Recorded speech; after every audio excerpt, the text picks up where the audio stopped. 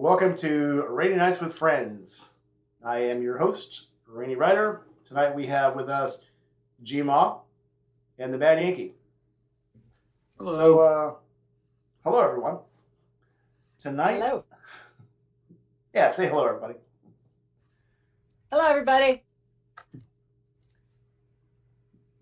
And tonight we're here to, Forgotten Angels is coming up in less than 4 weeks. So if you haven't been there, go to www.forgottenangelsflorida.org and look up the charity. Get involved in the raffle, get involved in the charity. Donate your time, donate some money, donate whatever you've got, and help out a good cause. So tonight, we're 4 weeks away. Gma, I know you're gonna go.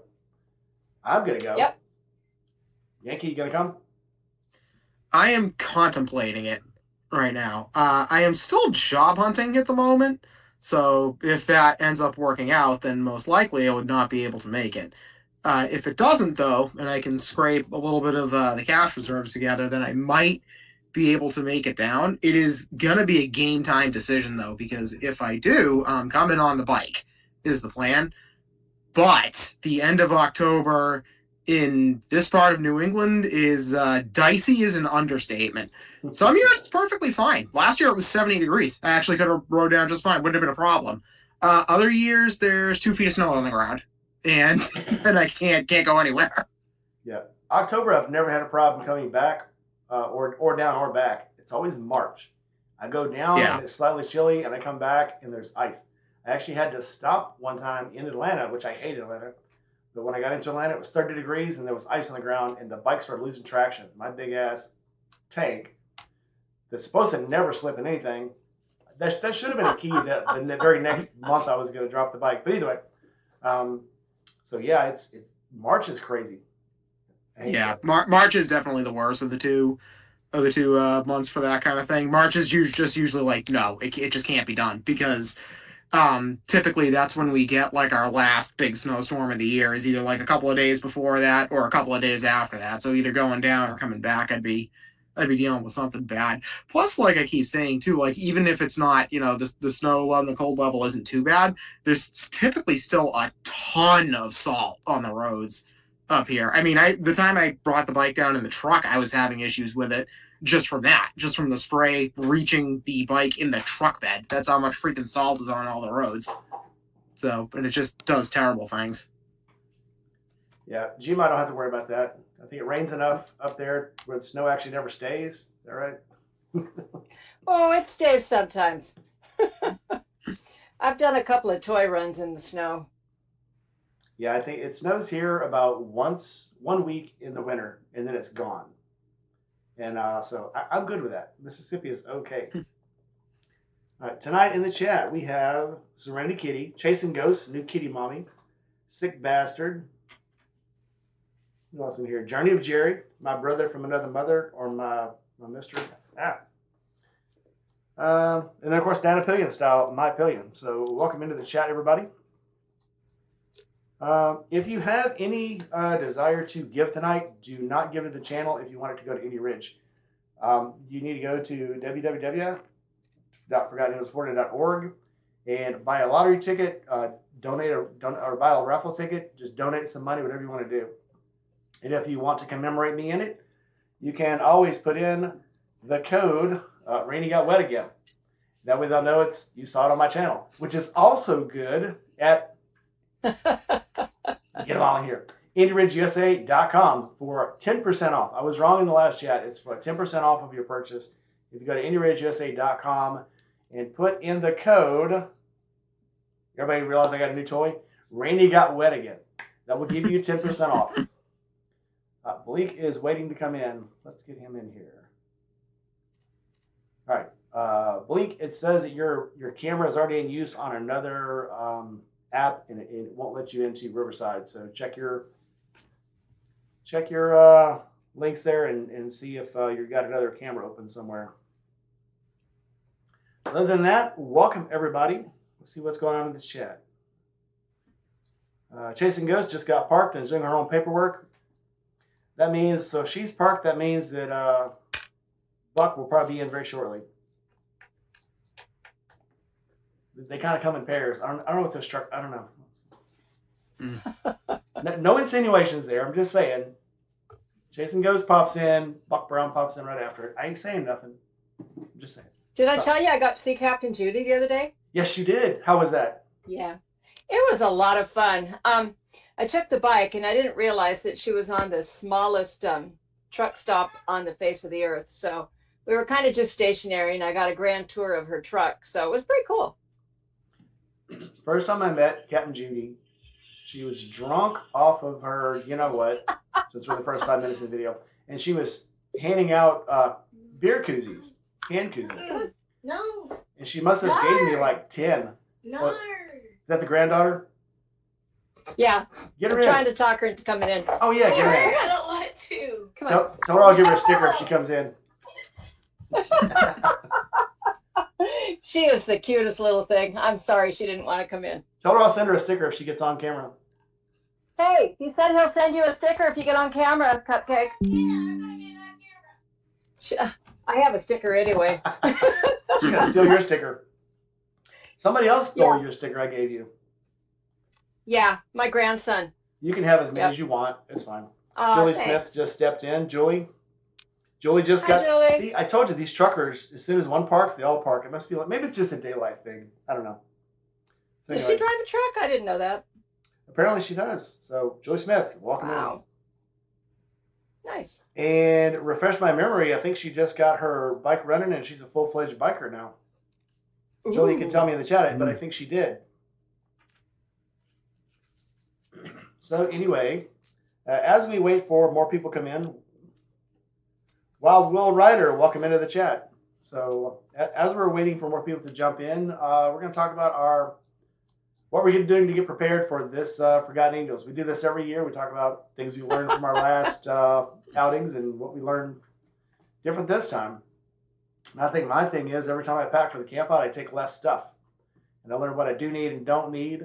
Yep. But this time it's going to be drastically different because I have a chase vehicle. And I'm also bringing the Power Wheels. So I'm going to be less choosy about what I bring this time because I'll have a Mazda CX-5 behind me, carrying all my garbage, but I mean my stuff. So we contemplated making moonshine for this one and bringing it, some apple pie moonshine.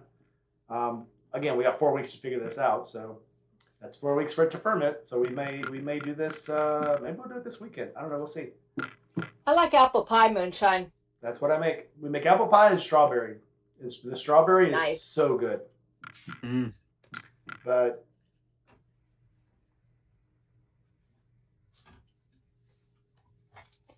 Well, Shep did promise me a bottle of rum.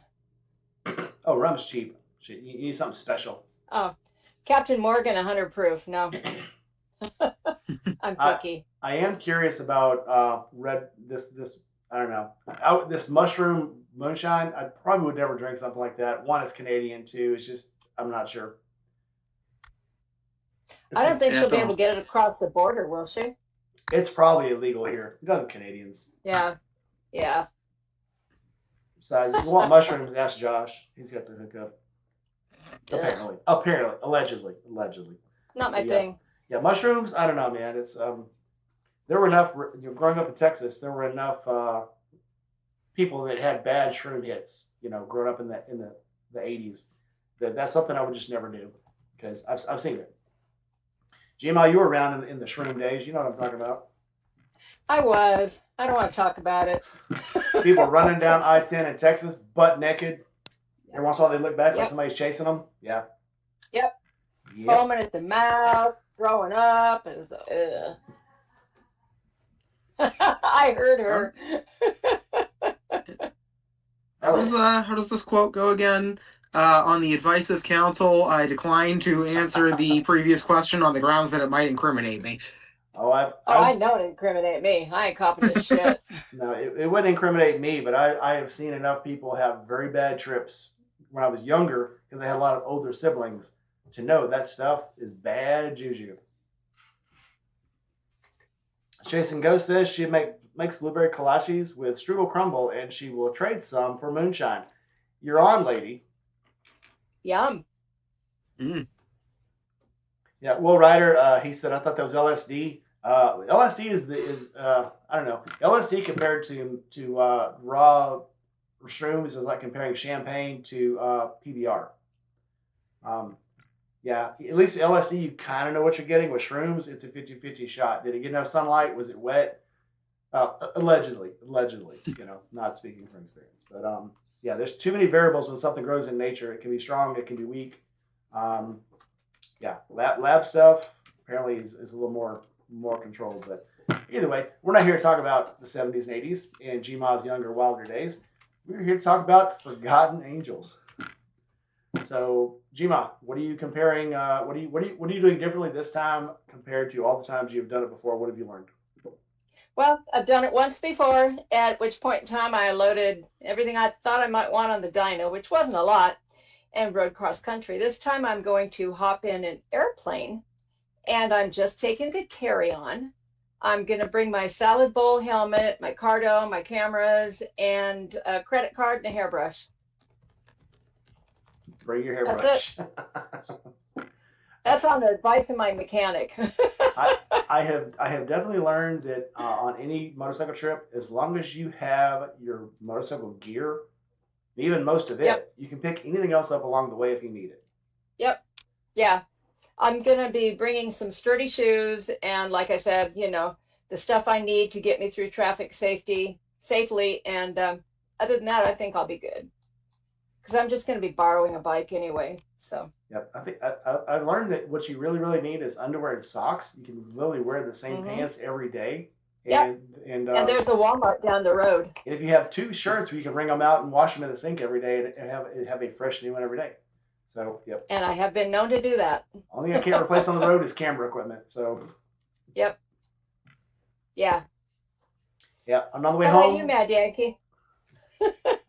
Well, the major thing I'd be doing differently is what I just told you guys. If I am making it down this year, I'm riding the whole way. So I'm gonna throw everything on the bike. If like I said, this is why it's a game time decision. But throw everything on the bike. And I think I'm actually been looking at the map right now. If I launch from the old Massachusetts HQ, if I can get my computer to type. That's because I turned the number lock off. That's why it's not working. Yeah. Here we go. Then, I mean, going that way, it's only about 1,300 miles, 20 hours or so on the road. So, that's not bad. Things in life. Yeah. Yeah. Yeah. I mean, I really thought quite hard about riding over, and if I hadn't secured my ticket when I did, I probably would have. And then also Shep and Dom are hauling a motorcycle over, and Shep very kindly, or Dom said he had an empty spot on the trailer they could throw my bike in. I was like, oh, that would be fun. But I didn't. Got the ticket already. It's too big of a hassle to trade him in. Yeah, no, and the other part I kind of haven't mentioned is generally when I do things like this, because I have no sense of patience whatsoever. Exactly. Average, I do like 9. If I'm not actually doing a straight out iron butt, I'll do like 900 miles a day. Just like I want to get there. I mean, I understand the whole thing about especially with bike trips, it's not always the journey, it's not always the destination, it's the journey. And I've taken trips like that, and that's great. But when I do something like this, I'm like, no, I just crunch the miles. Yeah, unless it's something dastardly. It's both. Yeah, it's both. The hardest part is, it'll give you to stay at a hotel. The hardest part is getting everything back out of the hotel, back onto the bike, packing it right. So if you already got it packed and you've only got, why break it up, with like 200-300 miles to go? Just buff it. Yeah. So that's why the last, 3 or 4 times I've drove down, I've shot it the whole way. And the first time I did it, I started at night. I was like, well, I can ride, get to a park somewhere, and sleep for a few hours, and then get back on the bike. Once the sun came up, I hit I-10. The sun was up, and I had 7 hours to go. I'm like, why would I stop? And just trucked it the rest of the way. Right. So it was too easy. Another thing I've learned about laundry is you can wear dirty clothes the last day, because the good thing about being on a motorcycle is everything gets air washed anyway as you're riding. Oh yeah. So yeah, definitely. But yeah, I agree heavily on the whole pack less stuff thing, especially for Forgotten Angels. Like like a lot of people yeah. pointed out. We refer to it as like, oh yeah, we're camping out. We are all camping, but it's in town pretty much. Yeah. There's the Walmart right down the road. There's all kinds of food. There's grocery stores. Literally, you could literally go down there with nothing but whatever you're wearing for clothes and gear, whatever mode of transportation got you there. And as we have all seen, that could be anything from bike to car to truck to plane to scooter or God knows what else. We've just about seen it all. Yep. Yeah. Honda Trail 125. It's been done, people. It's all been done.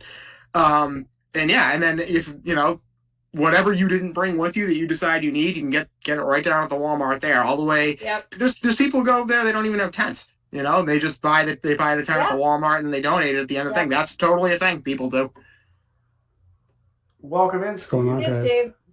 Hey, Hey, Steve. Steve. Speaking of Hey. packing all your stuff, Yeah, are you gonna I make just it got to this you one ticket. or? I might make it to this one now. When it's like a couple weeks, right? It's in 4 weeks. Exactly 4 weeks, I think. Mhm. Yep, exactly Yeah. 4 weeks. You got I plenty of time. wish, Michael, got but plenty of time. yeah, no, we have. Steve. Steve, come on. I know. It'll I be mean, fun. I'll come You'll out. have a good time. I know I will, but it's like that's like when Q4 starts to ramp up, and there's just. Yeah. We don't own our own businesses, so we don't understand the pressure. So we get it. I won't pressure you too much. I'm retired. Well- I don't do shit. Yeah, but it's I'd like to come out, but like we've got new products that are coming out, and Ooh. I'm juggling containers on the water, and like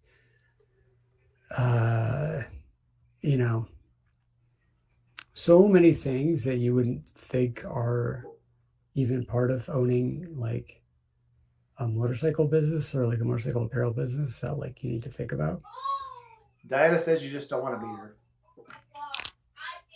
My wife. No, trust me, I would much rather be like I'd much rather be able to get away from Southern California.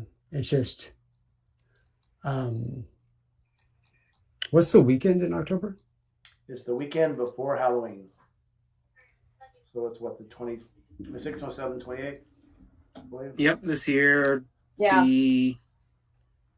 Yep. Let's see, hang on. I know this will be the first time that we'll get back before Halloween actually starts. Usually we get back like Halloween night, or Halloween is like the day after, and we're just so wiped out we can't do it this week. 28th is a Monday, so I think wouldn't it normally be 24th, 25th, 26th, 27th, or am I got that wrong? Yeah. No, well, wait, no. That said, Yep, it is. Yeah, no, it's that like she 24th, she 25th, lives like. Be right back. You remember the girl that I was on the phone with? Like she lives like. 24, 25, 26, 27. And It'd be everybody goes okay home if, the 27th. So like, yeah. Wait, where was again? Anyway, yeah. Weekend before If Halloween. she could just come over here and then so my mom can pick both of us up at the same time. Is that okay with your mommy? Yes, my mom asked to message. Oh, sure. Okay. Yeah. Does she know how to get here? I gotta ask my mom. Yankee. Okay. Okay. You look All right, good. Let me know what's going on. I Thank can you. hear it. Thank you. Thank you. I've been living in the woods for like 2 weeks at this You don't- point. So. You don't look like it. You look like compared to Yeah. One hell of, this one of you has is. been like, Steve, you look like you've Oh, well, been yeah, on that- a bus. Yeah, I got a haircut a while ago, but yeah, that's where the beard came from. Is the fact that I've just been like living at the Right. cabin up the road. Yeah, there you go. I can basically put it in a Wow. ponytail now. Oh wow. For some reason, I Me just too. stopped. I just stopped cutting my hair. I don't really know why, but I just stopped, Live free. and this is where it's at. And but good thing we've got awesome hats that are still not available I'm on waiting the for one. site yet. I'm waiting for a tester. I just want to say how awesome it is. Yeah, well, the shirts will be up soon. Lindsay, our new social media gal is great. She actually does really, really good uh, product shots for like a flat lay of the shirts. So, you know, had to hire a bunch of people basically this year, which is like a feat. Like it's like that takes you even further away from everything. But you guys, I did get to work on that thing that you saw, Mike, Mhm. which is pretty cool. Yes, I'm sitting on that. I almost shared that the night when you sent it, and I went, "Oh, I can't do that." Oh, Yeah, well, I need to change the end card a little bit, just because it just has a big logo at the end. I need to be like say like now available or something, but it's pretty cool. well, the first time I watched it, I didn't realize until it was over. All of a sudden, I started like breathing really heavy, and I realized I'd hold my breath for like a minute because it was like, "But this is so awesome," and then I Yeah, realized I no, wasn't it's breathing; I was holding my breath. So no, yes, yes, it was very cool. it's good. Yeah, I mean it's hopefully we there's a song in there that's playing. Hopefully we don't get dinged by YouTube. If you do, For they have just demonetize or something, or they share content. So well, like we put audio over top of it, so we'll find out. And if it doesn't, then I'll just post it on Vimeo or something. I don't. It's not really about the views. It's more of here's the story about. It's a special edition one, and it's expensive. It's a great boot, but it's not gonna be as expensive as the Risk one. It's not gonna be $1,300, $1,400, but it's really, really, really cool and very rare.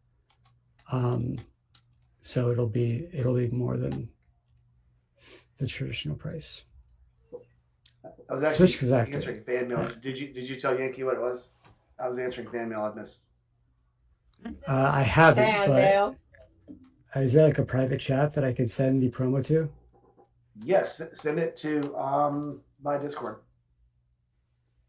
I don't want to open Discord. It's going to go through a million updates, and then it's just No, that's fine. After the chat, you can send it to him. If you want to, I don't know if you want to send me your email. I can just email it to you real quick, man. Yankee. Oh, yeah, sure. I think I still got it around here somewhere. It is very cool. Yeah, what's your email? Can try. For this one would be nehunter92@gmail.com.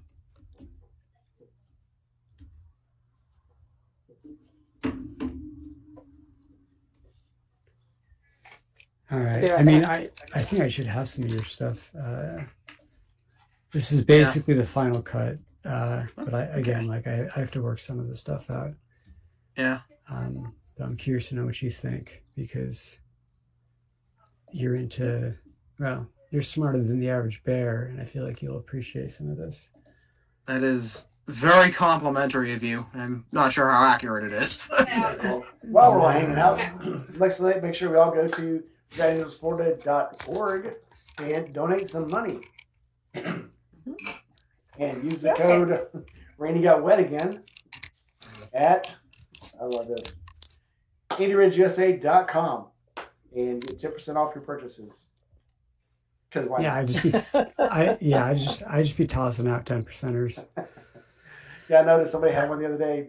Diana was like, "Do you know who this guy is? He got 10% off too." And I was like, "I've never heard of that guy, but cool." Here we go. I think he was actually small bore. I've heard of him. I just Yeah. don't accept him. No, we do. I'm just kidding. Yeah, of course we do. I mean, he's been on the stream like he's many cool. times. Yeah, I love that guy. Yeah, so I get one. Yeah, if you guys out there don't know, small bore two wheels has ruckuses, and he puts overpowered engines on them, turns them into hot rods. And there's this whole thing in California where they take these ruckuses and they literally imagine some Harley dude how much money he puts into his his Fat Boy and his Harley. They put that much care and attitude into ruckuses, and when I say, I can't even tell you how awesome they are. There's a whole underground cult of these people who fix up these little mini bikes and these little scooters, and it's insane. and they will run. So if you don't know, he's not on tonight. I wish he was, but yeah, get on his YouTube or his Instagram. It's small bore, 2 wheels. Just type that in here. But it's very cool stuff.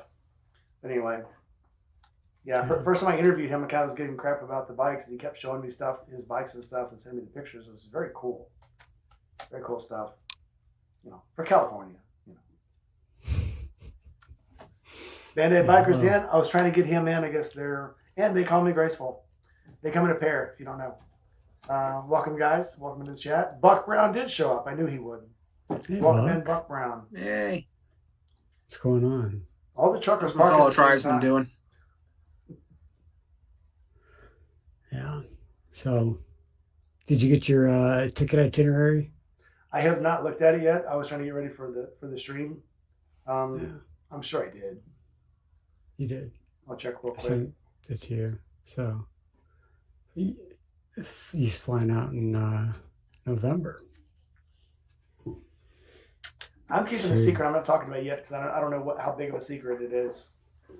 I don't really know like what it's going to turn into. It might be something really big.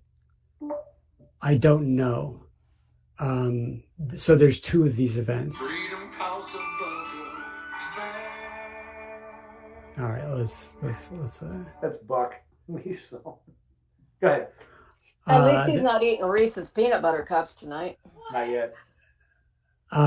There's 2 of these events. There's one in Northern California up in Sonoma, but it's on the same weekend as my 20th high school reunion, which I'm going to.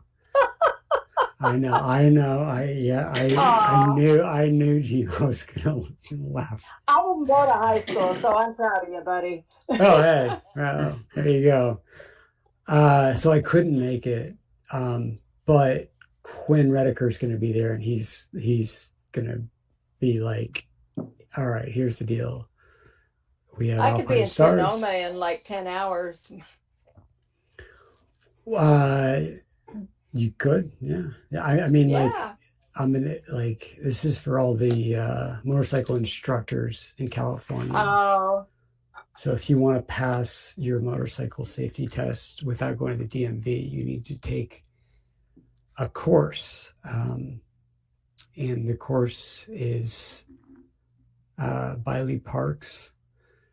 Lee Parks Design, and it's called Total Control. And oh, okay.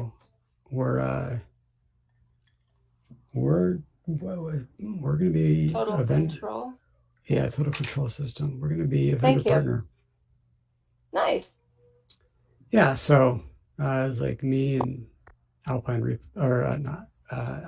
Stars, a couple other people, and then it's basically where all the instructors for people who teach new riders about stuff. So there's 2 of them. One that I can't go to, but then there's one in Willow Springs, which I'm gonna fly Rainey out just because I feel like he could sell snow to an Eskimo. And talk to the tree if it looks like it was talking back. Exactly, and if They don't even have to talk back. yeah, no, like he's just gonna walk up and start talking to you, and then you kind of feel like you almost don't have a choice in the matter. What? True, I mean, like not like a mean way, not like a threatening way. Although there is that part, but there's like no, I'm trustable. A very trustable face. That's what it is. Well, you've also got down in them, which is important. I mean, it's not important, but it helps. That's one of the next videos that we're going to shoot are testimonials from a lot of people who I know in Southern California alone. I mean, the guy who made this video, he went down and he was like, "Hey, let me know if you guys ever need any video work."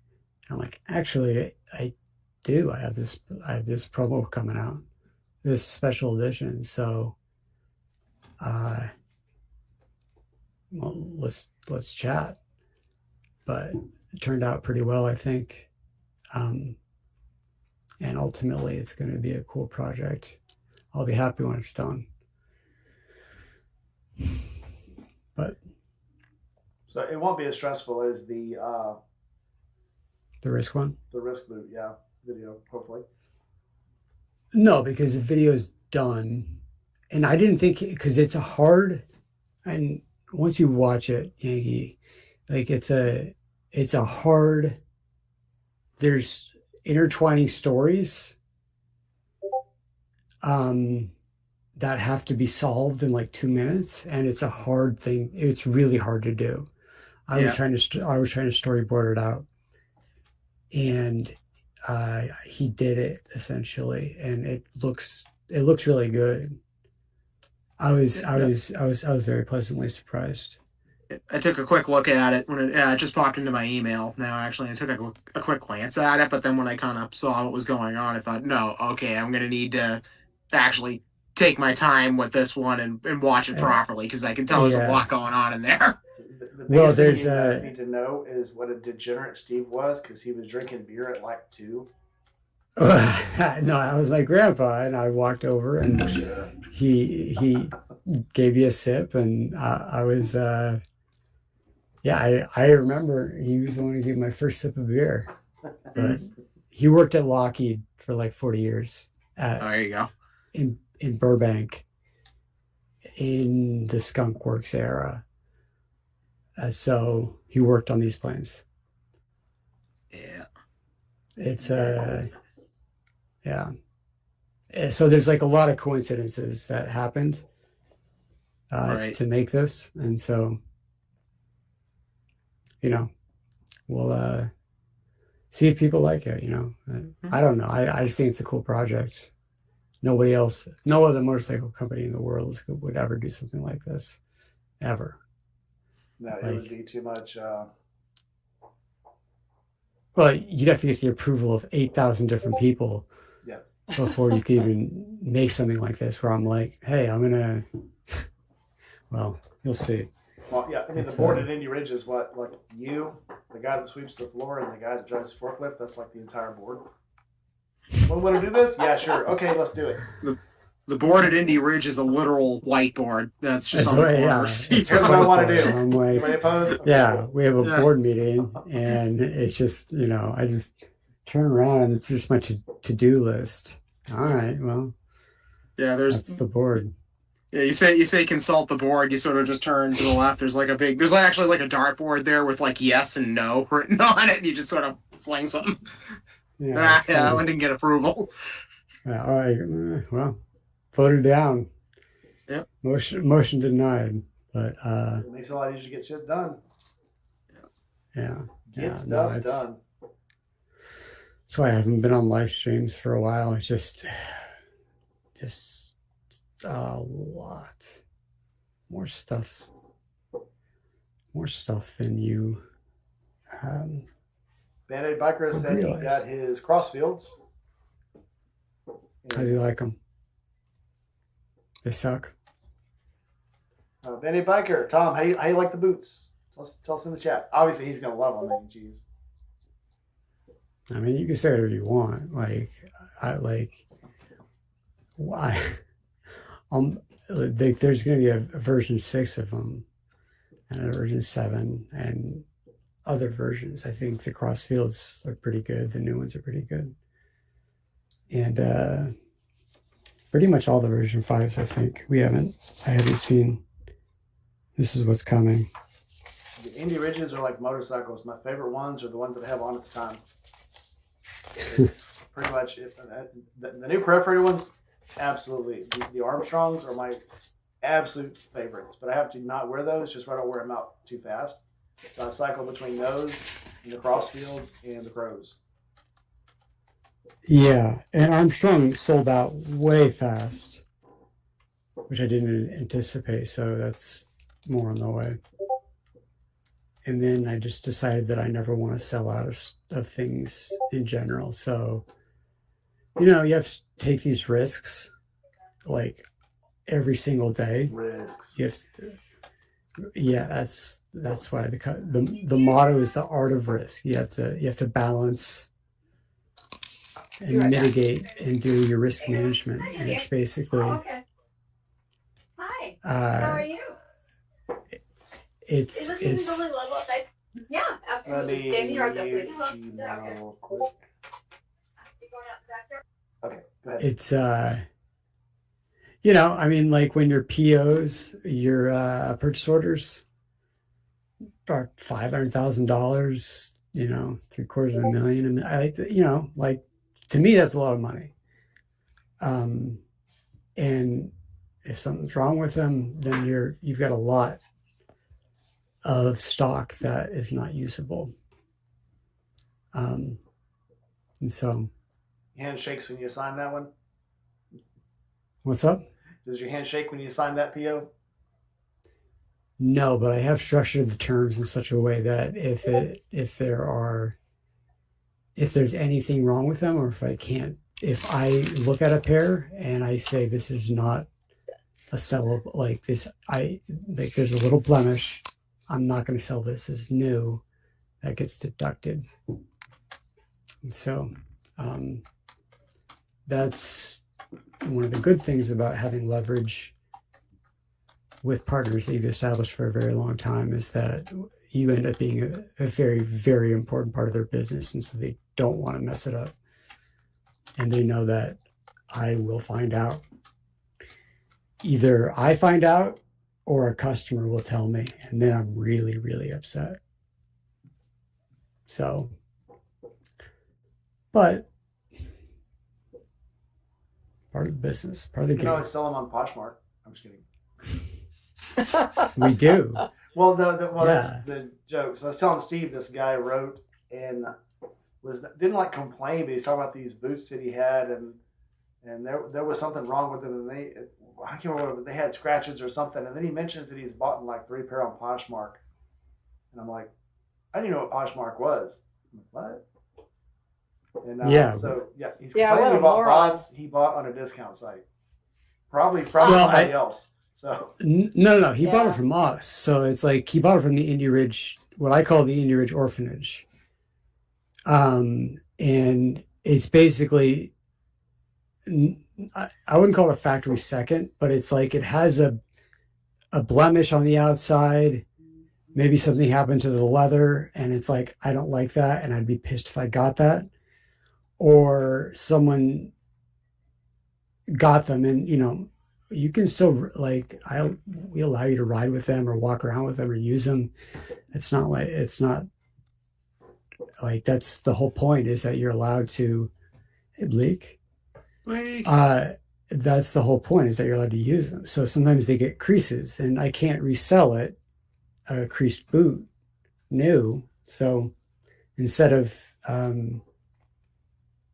you know, I donate a lot of pairs, but I also, things that are still basically new, but they're just not in aesthetically perfect looking condition. We try to find homes for them in the Indy Ridge Orphanage. So Dwight people Smokers. Hello, buy. Blake. Dwight Smokers is telling me to Hello. remind people to register early for the camp out. We'll have a good number for food. So make sure you go to, I'm going to do this again because I can, and it's fun. Go to ForgottenUnionSported.org and register for the camp out. Tickets are $100 for the entire weekend. That's all your food, your drink, your camping space, everything. And if you register early, that ensures that we don't run out of food, because they'll have a good number to supply us. So if you're thinking about going, go ahead and get on and go get your tickets now. That will help immensely. Do we know how the hurricane affected the? David posted Space. that one of their, he called it the coffee hut. It looks like it's a building that's on the other side of the goat pens. I think that's where it is from looking at the videos. Yeah. But he said the building got smashed. And it's where they had a little staircase, had a little loft. That's where they went up there and drink coffee in the morning. And Steve had kind of made it a little Oh. show area. Had pictures hanging up in there and stuff, and a puzzle that him and his dad had put together, and they put it in a little glass frame. And that's actually one of the only things in that thing when it caved in that survived is the little picture of the puzzle that his dad and him put together. So very cool. But yeah, the big tree that Shelby was showing, the oak that fell, it basically looked like somebody had taken a chainsaw at ground level and just cut the roots off, like right at ground level, and the whole thing just fell over. I just snapped the roots right off. So it was kind of a blessing. I mean, you get things like that and you think, oh man, a tree fell, that's horrible. How could that happen? But it's kind of a blessing because you look at all the tiny homes out there where the kids live and where, David lives and where Cindy and the kids all that have their I see kids, but where their little lodge house is. It could have taken something out much more severe than that. And it sucks that it took out the coffee house, but that's probably the most logical. One of the only things you could probably take out there and actually not hurt anything very important that someone would need or be living in at the time. So, small blessing. Yeah. I wasn't sure how high Valerico was in comparison to sea level. So I wasn't sure about the storm surge or anything like that. But as I was watching the weather, it's Florida. I mean, it doesn't get that much higher anywhere. But it was enough. Like I was looking at the where the water comes in, and yeah, it didn't seem to hit that part of Tampa as hard as it hit other areas. Yeah. We were just down there last weekend for my wife's reunion, and the hotel we stayed in down in Clearwater is closed till further notice. Even when we were there, the hotel was getting some standing water inside the hotel lobby. And that's when it just rained a little bit. So, it got bad down there. They said the Skyway Bridge and the Gandy Bridge, the sand, the surf washed sand over the top of the road and buried some cars and buried the streets. It got kind of nasty out there. Dwight's but people are wild. They shouldn't be driving down here. Yeah. In certain conditions. But yeah, it's insane. Hey, Dwight. What's up? No, listen. I didn't lose power. I'm 15 minutes from the camp from Forgotten Angels. I didn't lose power, and there was flooding on the coast. Don't be a dummy and live on the coast without a house on stilts. Okay, sounds like a personal problem at this point. You should have figured that one out. And then Forgotten Angels had a tree fall down. Other than that, they took out like that building where they have the bar at in the back with the. Yep, we were just talking about that. Keg house. The pub they called it. But I'm not going to be on here for long, but because this will be played again. Listen, people need to register because we never know the numbers. And I heard you talking about it, but I'm going to say it as the guy who's dealt with it. Register because if you don't, we don't have the numbers. We're rushing at the end, and it's really frustrating. So, register. And other than that, have a good night. We will register. Thanks for coming, Jeremiah. Bye. Bye. We should have do they have wristbands? They do. Okay. They do now, yeah. Yep. And somebody will be monitoring better this time. The sheriff had been monitoring, and she takes it very seriously with stopping people coming in. And there were people up there that weren't stopping, but they're going to be more observant about it this time, stopping people, make sure people are paying to get in. So, to give you a wristband, make sure you wear it. Have your wristband. Bleak, welcome in. Are you going to make it down this time? No. I will be in Colorado. Boo. Hiking up a mountain. But I will be there likely next March. Okay. And I'm going to fly in and probably rent a bike. Acceptable. No shame. That's probably what I'm going to do. Welcome in 9 Mills. Matt, our favorite brother. Hey, Matt. The man with the killer motorcycle. Yankee, did you get to ride his motorcycle? I did not. As you know, I'm very shy about it, about that kind of thing, asking people if I can ride their bike. So unless somebody blatantly offers it, I normally just don't say anything. He blatantly offered, and because I had been telling him I was going to ride it for the last 3 or 4 campouts, and finally I was like, okay, this time I'll ride it. You talk about fun. In fun in the way that a roller coaster is fun when you don't know if it's going to fall down when you get to the very top of it or not. That kind of fun. So yeah, it's riding a V-Rod is different than any other motorcycle, except for maybe the old Kawasaki 750s that wanted to kill you also. But yes, if you get the chance, ride it. It is a lot of fun. No, yeah, I've heard that bike does have quite the reputation from everybody I've spoken to. It's like riding a Mustang. Once you think it's tamed, it does something crazy that you weren't expecting. So yeah, kudos to Matt for riding that thing like he does all over the place. Like any motorcycle, you don't tame it, you come to an understanding with it. And that bike, you need to be on your toes to ride it. So Steve, ride it. Yeah, I'm sure I'll have a good time. I had enough trouble with that D2C. But it was like 11 o'clock at night. I almost ran into the clubhouse because I was like, I can't kill this thing. To be fair, that wet spot was again. That's another one. Even Josh has problems with that one because it just doesn't want to do what you want it to do. Well, I just like I'm not Like used to run. it. It's just Josh's FXR is a whole nother story, but the Rebel is the automatic was.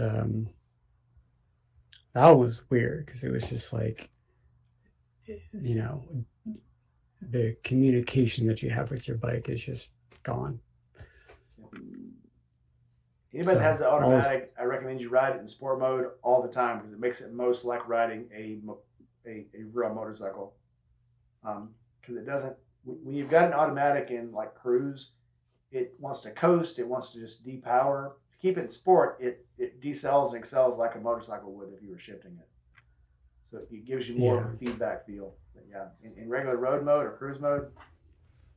No, yeah, like it was, like you pull on it, but like any other bike, you can pull on as hard as you want, but and it'll rev, but you just keep this hand in, and that's how you can.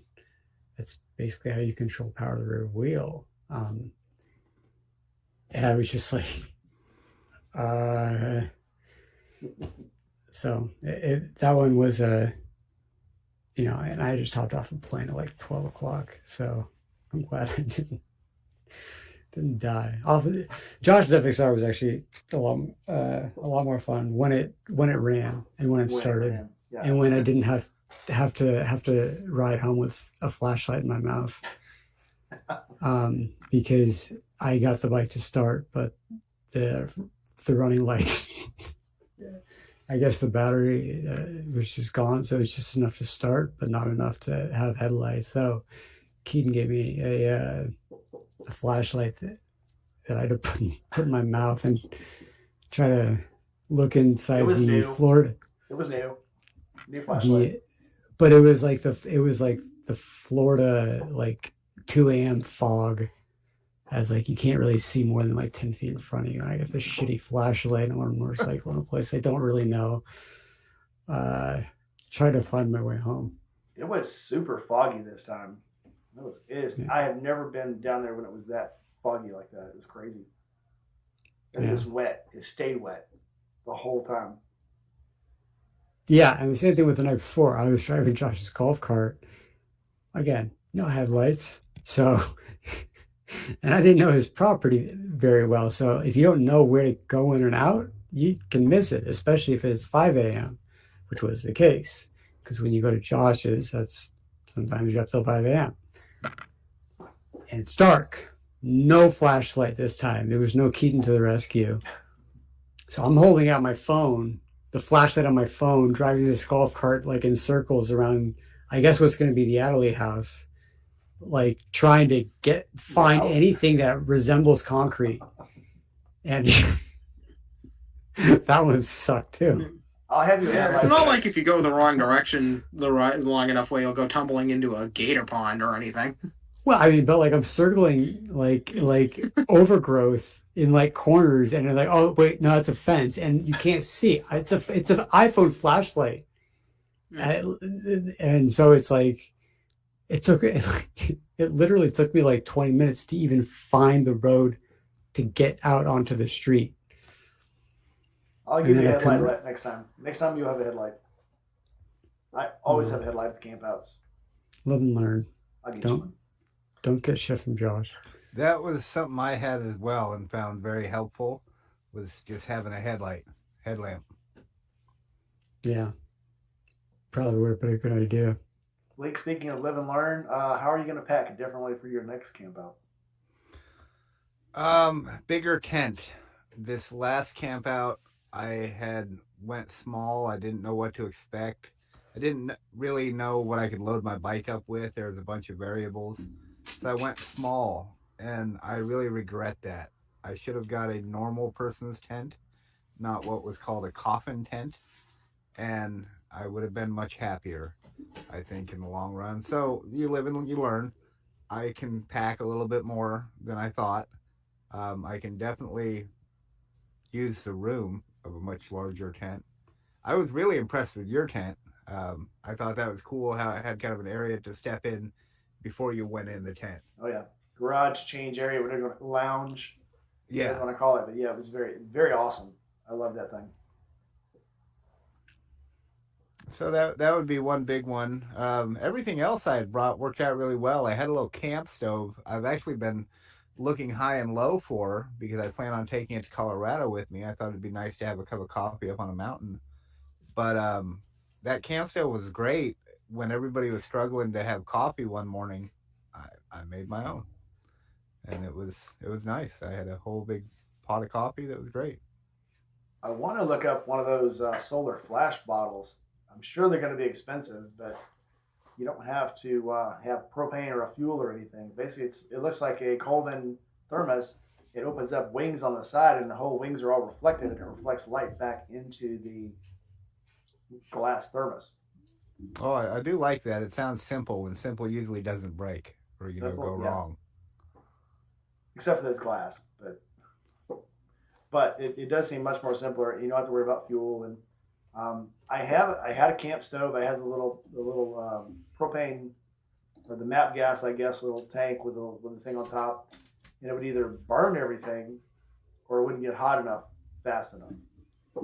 So, and really, when you go out on a camping trip like that, all you're going to need it for is to make hot water. So Yeah. I'm going to start looking for those little bottles and see if I can find one. That'd be my next thing to pack to get on my camping gear. Sure. I didn't really end up needing a sleeping bag near as much as I thought. It was plenty warm in Florida. I was all worried, it was going to be cold. I was going to be cold. That first night, I slept on the ground, away in my tent, but on the ground, and it was great. I have had cold times there. I have Have been you? there a few times where it was pretty cold in the morning, surprisingly. But literally, as soon as the Florida sun cold. comes up, it's 80 degrees. You can get drunk enough, get enough alcohol in you, sleep through the night, and wake up and it's hot. So Yeah, I think what Bleak is getting at, Rainey, is you might have a different idea of what constitutes cold than he and I. Yes, I get it. Yeah. Yep.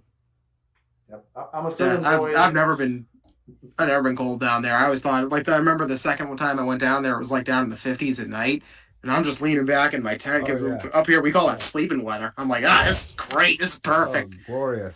I can sleep. So in it, but I gotta be bundled up. everybody else complaining around me. It was so funny. Yeah, I did switch to so when we first went to go, I got a 20 below bag, and it was too much. And so we got some 60-degree bags, and they weren't enough. And this last time when I went down, I had the 60-degree bag, but also had a woven blanket, and that was perfect. So the 60 bag and the woven blanket was perfect. So Yeah, I always figure if you have a good ground pad and just a nice wool blanket, that's actually kind of ideal right there. I usually bring a 50-degree sleeping bag instead because it packs a little better on my bike. It rolls up easy and it's nice and light. It's a little tougher with the blanket, but if you have one of those kind of routines where you can just get just one of those nice kind of roll up wool blankets, that honestly for me, that's perfect. Yeah, that's what I took to Little Sturgis, and literally it was at night. I think it got down to 65, and that was perfect. Yeah. One time I brought a bearskin for that. Why am I not surprised? No, yeah, that didn't pack quite as easy, but it was worth it to do that one time just to see. But you were cool as fuck. That was cool. I thought so. Absolutely. Kind of a bummer. So Yankee, you're going to this one. Bleak's not going. Steve is like 20%. I'm going. Yeah. I just said I'm not. Sure. At this point, I'm really 50-50, but it looks more likely as I go on that I will go, but it's all kind of up in the air. Well, and that's where it's also important to remember, for every one of us that can't go, we can still spread the message. We can still let others know that Forgotten Angels is out there. I'm rocking the Journey of Jerry Forgotten Angels koozie right now. And just carrying that message that there are people who need help and you can do something about it, whether it's $5 or $25 or whatever a person can muster. They'll accept it. They're happy to have it, and it's going to go to a good cause.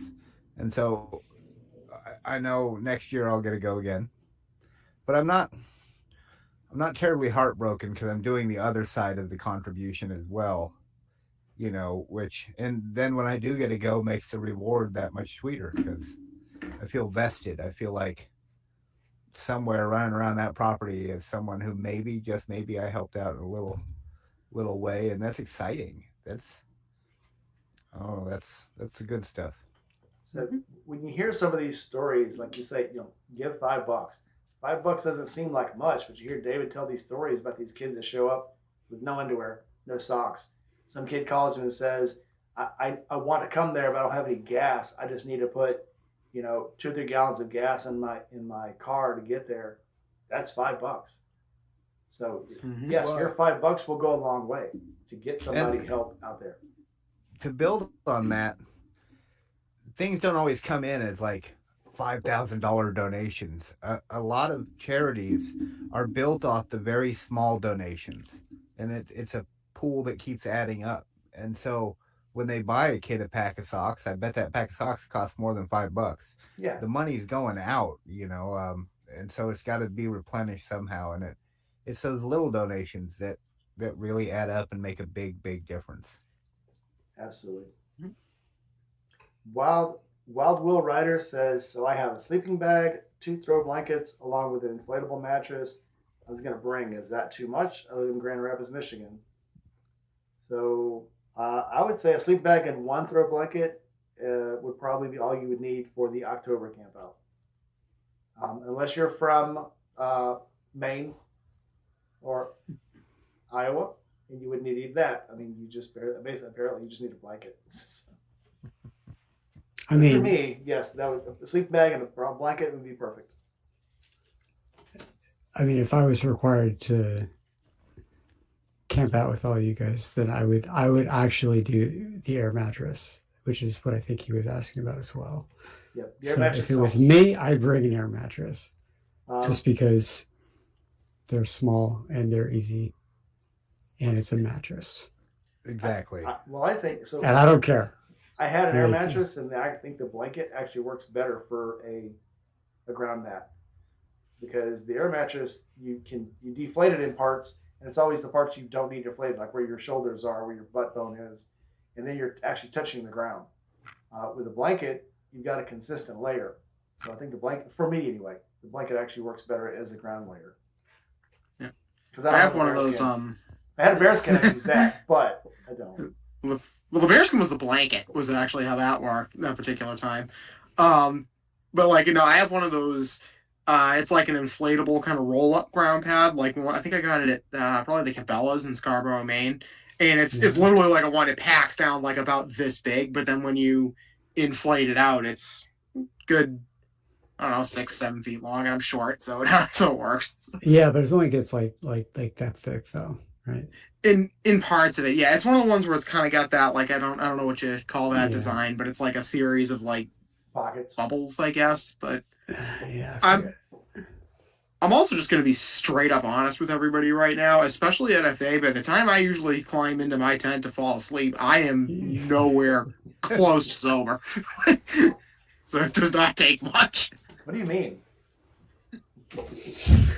What? And I usually I try to stay up as late as possible because I want to keep hanging out and talking with everybody. But then I usually just hit a point where I'm like, I can't. Like, I physically can't anymore. Yeah, that's my disease. I'll start walking back to, okay, I got to go back to my tent, and then I bump into somebody. Then I walk back to the Yingling hut, or I walk back to the stage. It's like, okay, really, this time I got to go to bed. And I start walking back, I bump into somebody else.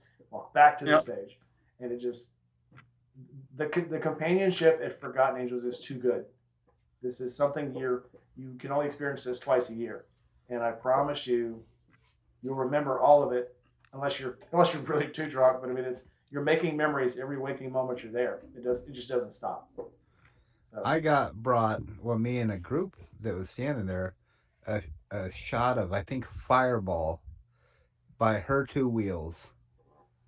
That was cool. That was so cool. Just, hey, we're doing shots. Here you guys go. I'm like, how cool is that? Yep, and she was doing a little fun. Everybody's coming up with little ways to raise more money, and that was her. She went out and bought a bucket of Fireballs. Yeah, and was selling them to give back to Forgotten Angels. So yeah, that's what it was. Yeah, it is so much fun. And how can you say no? You can't say no to Jess. Jeez, come on. And then you came around with a bottle, and it was all stickered up. And we all had swigs of that. Thanks to Steve. Steve bought that bottle. Mm-hmm. What, did that go on? Did that go on the company card? Yeah, I think it did. You did. You said go buy a good bottle of whiskey, and I said I will. Yeah, it's really cool. Yep, the whole Johnny Walker bottle. Yeah, it's that goes under the travel meals line. I spent thousands of pennies on that credit card. That was cool though. I started doing that too for my LLC. I'll buy stuff and go, well, I'm filming that. That goes back to the LLC. That's a tax. That's why I told you. That's why I told you. Such a smart guy. Always listen to the businessman because they know these things. And then, when you're on top of that, you do an S Corp election. Just saying. You'll have to teach me your ways. S-Corp. We'll have the whole weekend when I come down in November to teach me all your ways. Oh, S Corp is the way to go. Yeah, because I'm technically an employee. Yep. But an owner, and then I can give myself distributions that are tax-free. I haven't learned how to pay myself yet. I got to figure that one out. I always hear everybody say pay yourself first. I can't figure out how, so I'll have to slow down one day and figure out how to do all this stuff and stop working for other people and just start working for myself, and then I'll figure it out. I've wondered about that as well because I have yet to incorporate week rides, but I intend to. And when I had my K&N Equity business, my rental business, it was at the end of the year. I mean, we didn't mess with accounting until literally it was the end of the year and all the dollars were counted and all the bills were paid. And what was left in the account, I mostly had dog-eared for upgrades to the properties. But, a couple thousand here and there to me and my partner was ultimately the payout. And I would think with YouTube, the way money comes in sporadically, it would almost be good to follow something similar, where you just let the pot build and then look at it at the end of the year and decide, well, what do I got planned? What do I got going out? What did it cost me? And then what can I pay myself?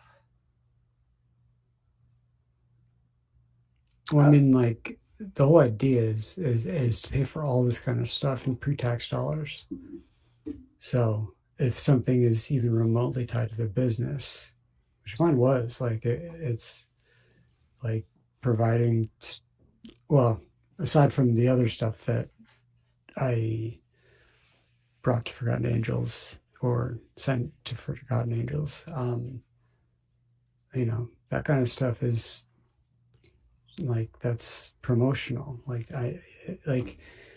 Or it's just charitable donations.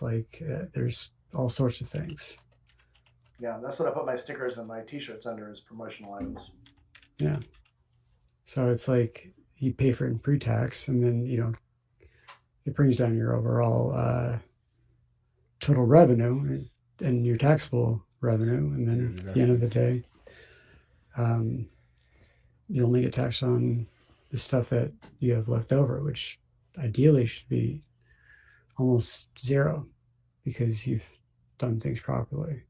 I put everything I buy for the trips I put on the credit card for the bank. I have a completely different bank and a completely different card for the LLC.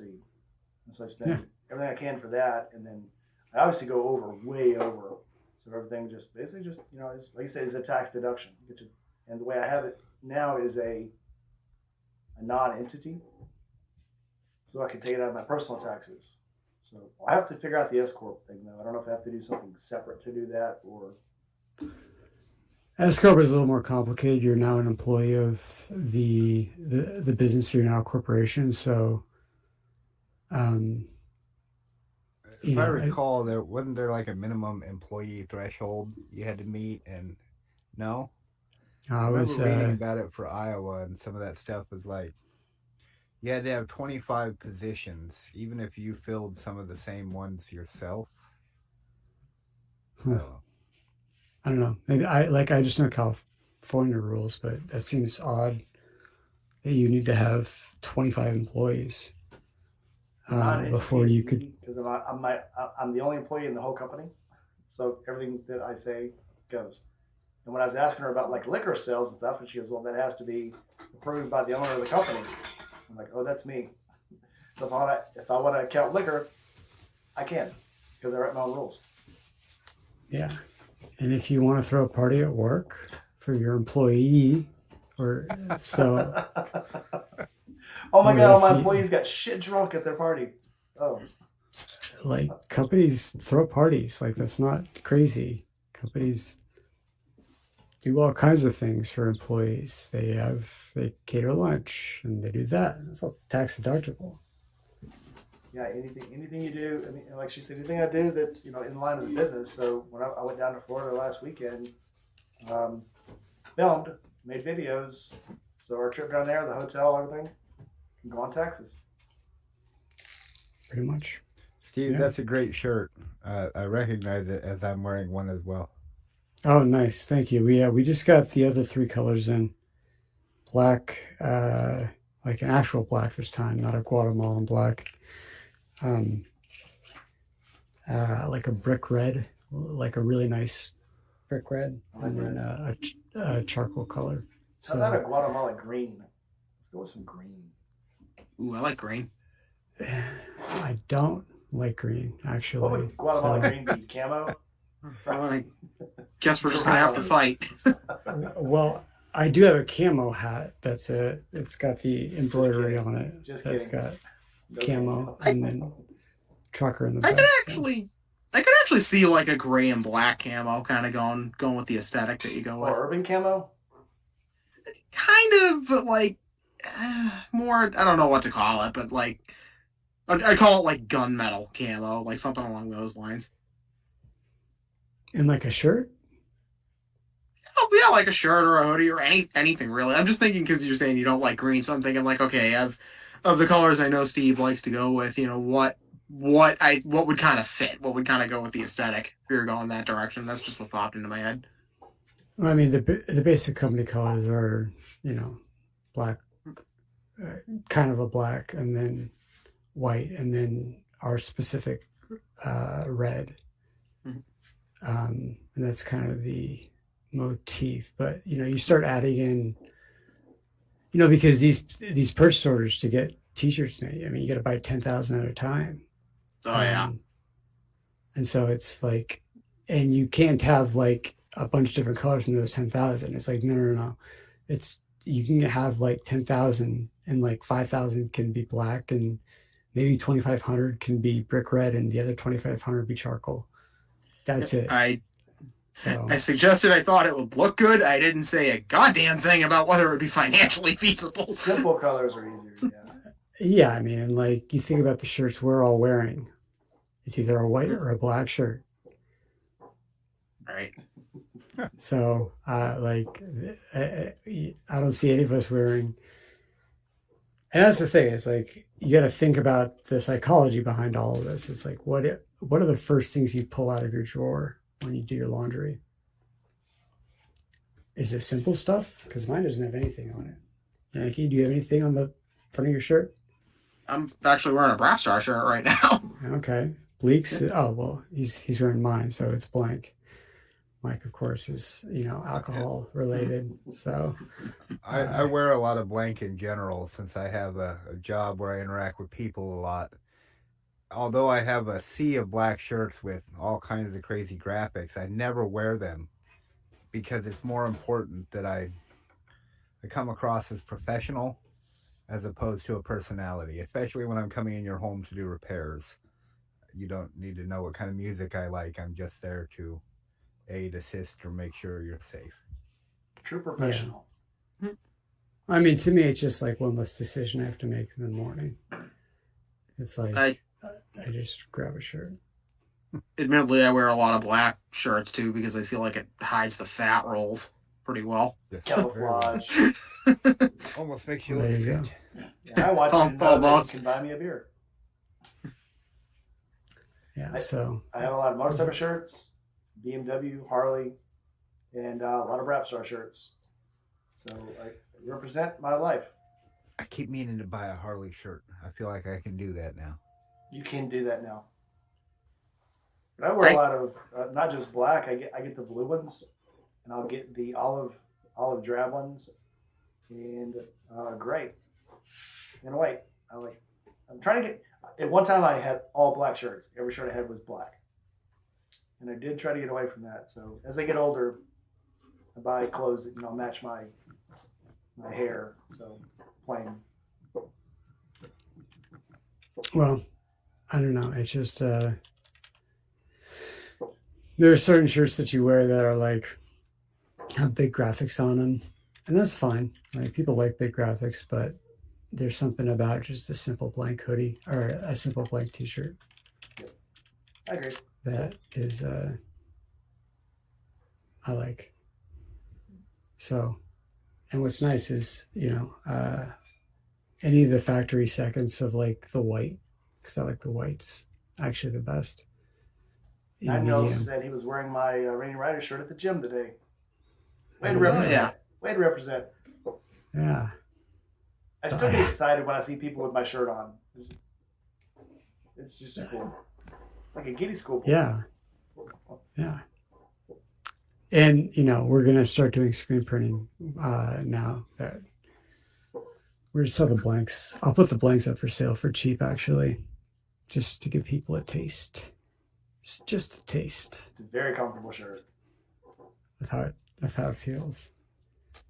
And then I'm going to jack up the price. Get like a crack dealer. First one's free. Exactly. First one's free. Give them that first hit to get them hooked. That's all they need. Yeah. Yeah.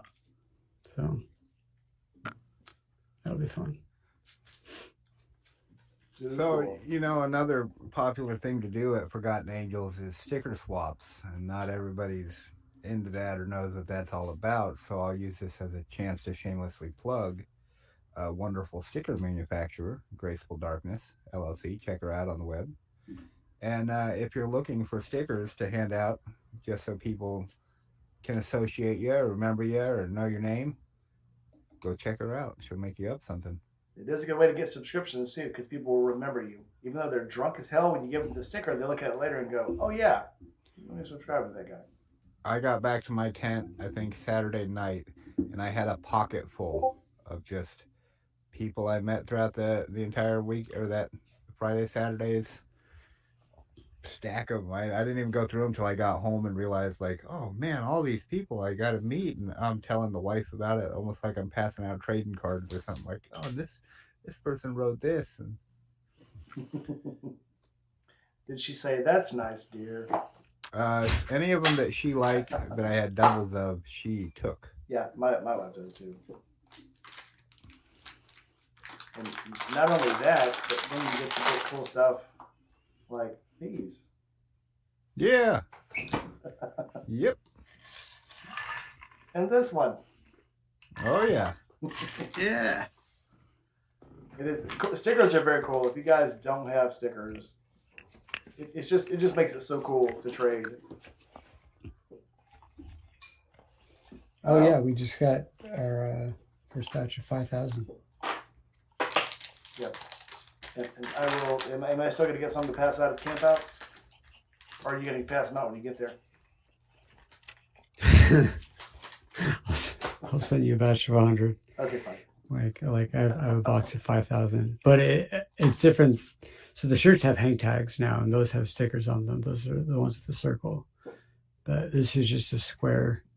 It's on my helmet. I don't know how well that shows up. Oh, that's cool. Very nice. Oh yeah. Very neat. I like it. Yeah, it's a 2.5 inch by 2.5 inch square. Just the red IR. That will go very good with my new helmet that I haven't shown anybody yet. I wonder if my wife can bring it to me. Yeah. Yeah, I'm thinking about getting a new one. I've got the AGV. It's a few years old. I really don't want to spend a bunch of money on. I don't go crazy with the everyone else gets these helmets. I just got in a Service, and I got it from Amazon. So get everything from Amazon. Why not? Well, because you don't know what the hell it is. Like I know the ins and outs of Amazon better than anyone because I was on that platform forever. And I pulled everything off of Amazon. Like you can't buy anything but masks from Indie Ridge, even though I acquired so many products. I'm sure it's great. I just I don't know what it is. Well, I mean, you take a risk sometimes, but I mean, it's like you say, give the little guy his due. This is actually an American helmet, and your sticker will go very well on this helmet. That's cool. So, yeah, so that's the thing you need to do your research on is you need to leave Amazon and then find out more about the brand. It's got little. That's cool. That's an American brand. the company's American. I'm sure they probably make it overseas or something. Yeah, the company's that's American. So I mean, you got to give. As you well know, you can't. Oh, that's red as shit. You can't just go by where the stuff comes from because some Americans, the businesses, are very serious about getting good quality products, even if they do come from overseas. Yeah, I mean, that's you can have everything made in America, but no one's going to buy a $600 boot, and they're going to get pissed at me. But I can make a really good, the same quality, better boot, and I have a very strong relationship in Avatainery, Pakistan. And it's like the fact of life is it's more expensive in San Francisco than it is in Tennessee or Kentucky. I mean, because it's odd that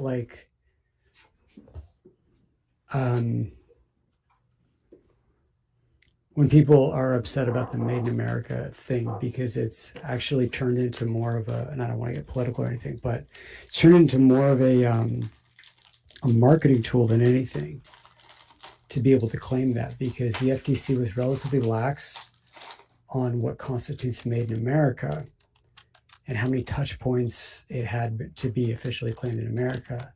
There's a brand called Lions Not Sheep who got slapped with a couple $100,000 lawsuit, and they're a small company, but they made a lot of noise. And what they were doing is they were ripping the tags out. That's what my Harley dealership were like. So I got a shirt from a Harley dealership. They just cut out the tags that said made in China. But he was selling them. He was ripping out the tags and then screen printing made in America because he said that the rules were, okay, there needs to be 3 touch points on a garment to claim it's made in America. And that's not true. These shirts are made in Guatemala, but it's not, and the mill and the mills are in Guatemala, but they're sewn in Guatemala, so they're constructed there, so that's why they're made in Guatemala. But it's all for a long time. It was it's made in America. Because we bought a trench coat from China that didn't have labels on it, and we stitched the labels on and the buttons on, and that was enough. So it was a technical thing for a long time, and just felt dishonest. And so now the FTC is cracking down. So now when you, instead of seeing made in America, you see like manufactured in America, sourced from global parts or something. Like that's now the new common phrase that you'll see on Assembled things. in America from Globally sourced products. Yeah. I worked for a company who the majority of the company was Canadian, and 10% of the products were made in the factory I worked in Arkansas, and that's what was required to put the Made in America logo on their products, was to have 10% of the products made in America. And they didn't care if our products had faults, if they passed QA, as long as we had a mill running and they could say 10% of those parts were coming from America, they could put the Made in USA logo on there. So it became kind of like well, is this made in America? And it's like, well, no, it's not. But it's an odd question when I hear it as a business owner, because it's like, I'm loyal to my customers. I like the people who support the company. I'm loyal to you guys. Like, and I care about getting a quality product to you. It's odd that you're loyal to my supply chain before like me being loyal to getting you a good product. That's strange to me. I want to give you a good product for a reasonable price, and yet you want something that is I don't know. I mean, like, we lost an entire generation of pattern makers and people who actually made stuff in the 80s and the 90s. It went off seas. Like, and we lost generations of that. So to bring it back, it's like, well, you really can't, because nobody knows how to do it. These skills weren't passed down. And it's really expensive to have, the cost of labor is very expensive. Taxes in general are really expensive. Now, would I prefer to have them made in America? Hell yeah. It would cut my lead time down. It would, transportation, all that kind of stuff. It's just not feasible unless you want to sell a $500 boot, which you are more than welcome to buy. But even those, okay, so you break down a boot. Are the grommets made in America? Laces, thread, hides. The outer soles, if they're Vibram, those aren't from America. Rubber doesn't grow well in America. What part of it is made in America? And now you're charging $400 because it's the Heritage Edition or some bullshit. Not saying any names in particular. I think it's important to strike a balance. I like to buy items locally and support my local community. But a lot of things I order off Amazon, or I order online, or I deal with different people, and I get products from all over the world. And I don't know that certain things, even if they were made here, that it makes them inherently better. If it's giving someone in my community a job, sure, I can get behind that. Order online, or I deal with different people. And again, I'd have to ask myself, does it make the product I'm buying any better? So that balance of, does it help and does it hinder and does it ultimately fulfill what I'm looking for? And it's funny you said about the Made in America stuff, because Canadians are funny. I worked for some Canadians as well.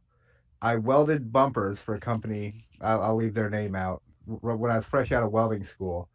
And then the bumpers would get sent up to Minnesota, where they get plastic dipped. These were for big semis. And then they'd get sent to Canada to be assembled. And when they were sold back here in America, it said product of Canada on that box, even though Bill in Iowa welded it and John in Minnesota plastic dipped it. It was assembled in Canada, and it got labeled product of Canada.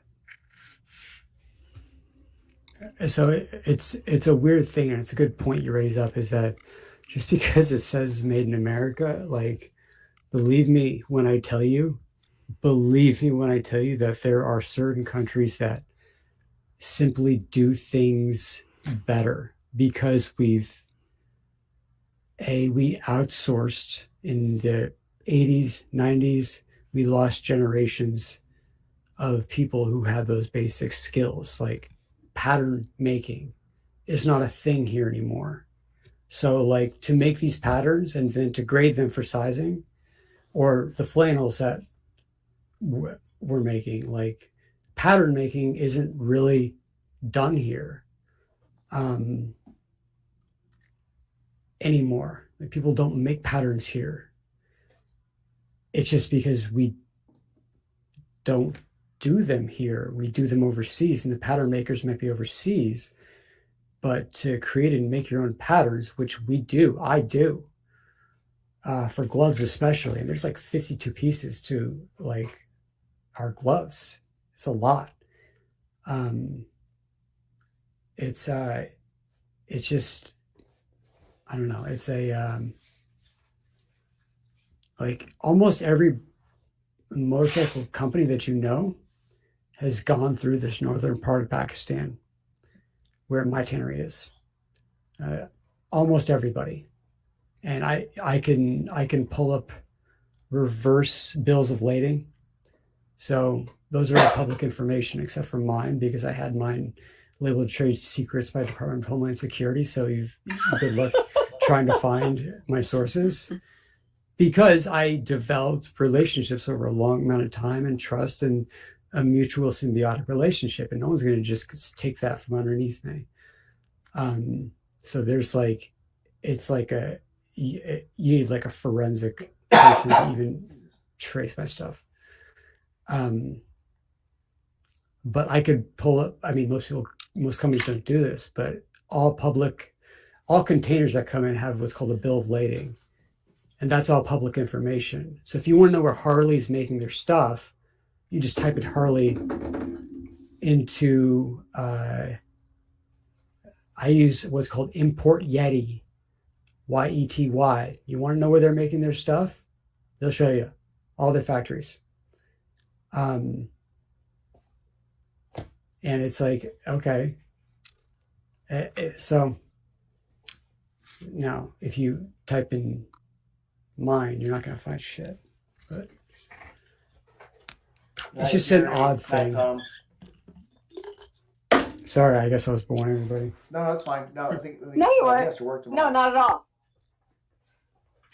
No, it's actually fascinating to. I mean, as an ex-factory worker and as a guy now, find out how stuff gets into America, how it's manufactured, the process it goes through. It is very opposite. Is that cat butt? Yeah. Well, to go back to helping my community, at the same time, when I buy a product that's been made in part for the global market, I have to assume on some small level, I'm helping someone in their community as well.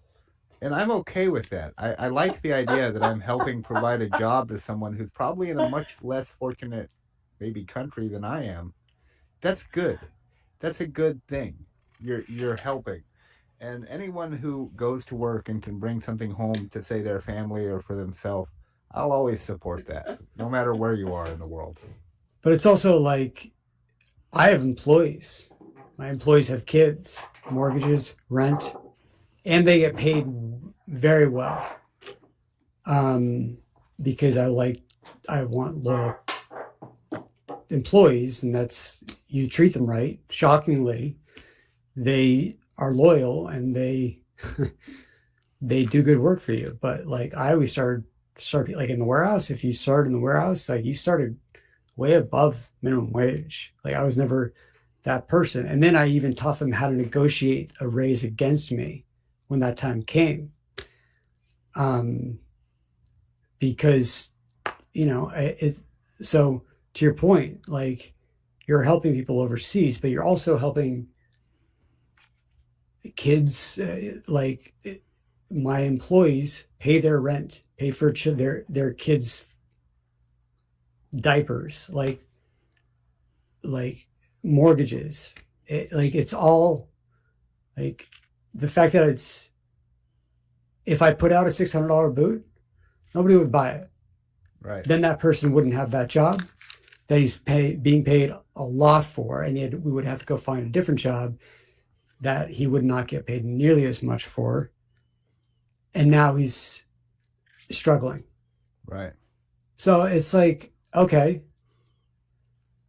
that's why that's why I hate that question, because it's so loaded, and it's like, I love this country as much as everybody else. You guys need to figure out what you want, though. You guys say one thing and then you do another. If some of that sentiment, if you look back through the long annals of history, right after it was in World War II, right after Pearl Harbor, there was a lot of anti anything American sentiment. That's where a lot of the old terminology in the motorcycle community, like friends don't let friends ride Japanese bikes or something, that came out of that, because as America, we felt injured, we felt harmed by foreign nations. And so there was a lot of anti sort of global trade in that. But I think we've come a long way from that time, and it's okay to shop globally. In fact, sometimes to get my family the best deal, I have to do that. Well, I mean, like almost everything that you're looking at, your camera, your headphones, Yeah, your microphone, the T-shirt you're wearing, which is Indie Ridge, which was made in Guatemala at a factory that they pay way above living wage. They actually have a 99%, which is why I work with them and why I hired the owner of that factory to be our chief apparel officer. She's great. She's an amazing person, because they want to keep their employees. They pay them well. the Japanese are incredibly great at precision. I don't know that I'd want my PlayStation 5 made here in America. At least I wouldn't want to be the one involved in making it. That's not going to be a quality product. There will be a few strip screws. Yeah. Yeah. It's that. It's just funny you mentioned, the whole World War II thing, because that does play into it a lot.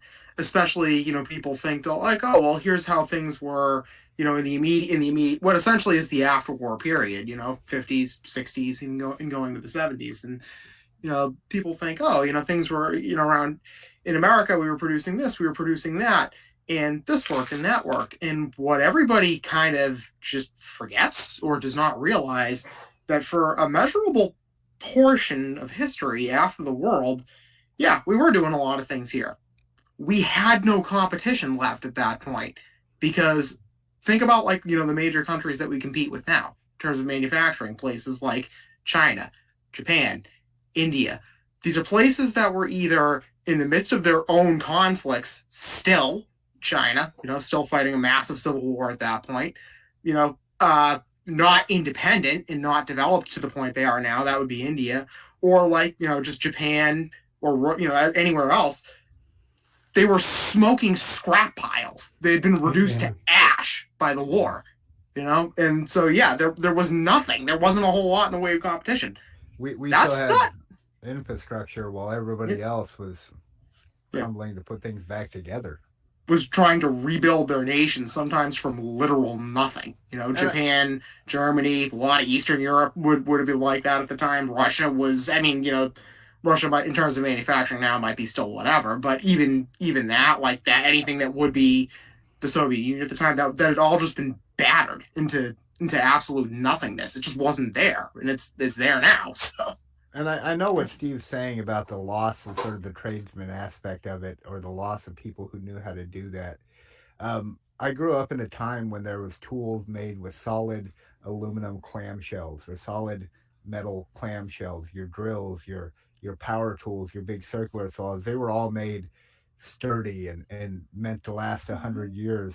And that kind of stuff evolved into what we have now, these little lightweight tools.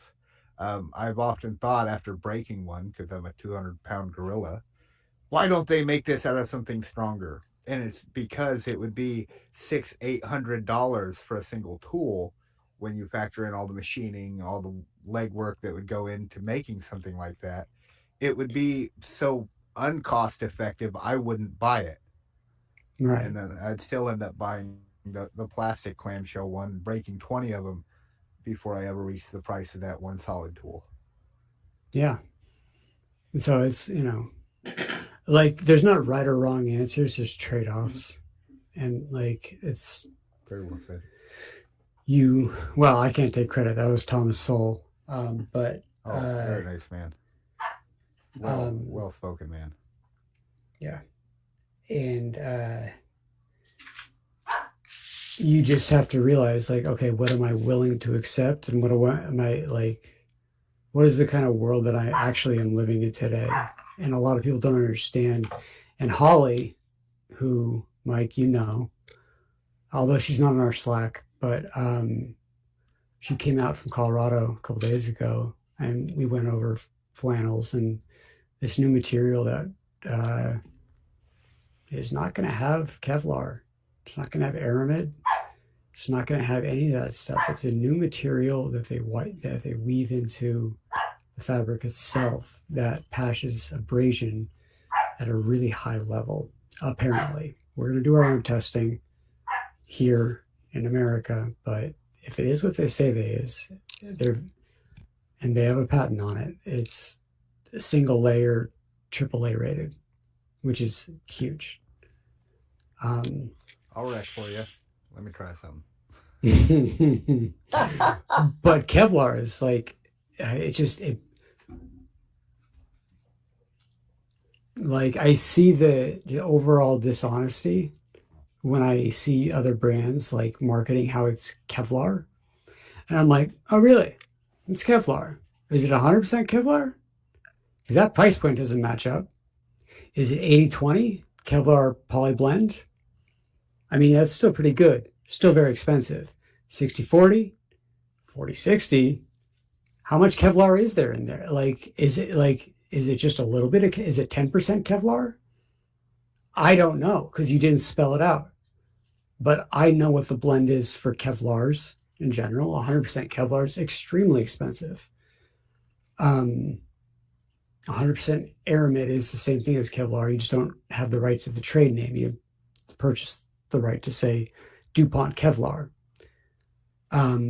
So when I see other brands who I won't name, but they talk about how they're Kevlar lined, I think to myself, shut up, because you're probably lying to everybody, because I know that it's a blend that is likely 40-60 at most. You're not doing 50-50. Maybe you're doing 50-50. Probably not doing 60-40. And you're definitely not doing 80-20. And you're sure as hell not doing 100%. So you're just lying. You're saying don't tell fish stories. But more importantly, don't tell fish stories where people know the fish. Oh, yeah.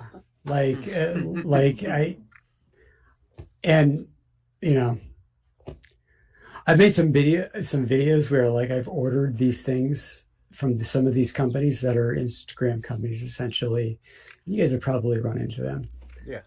And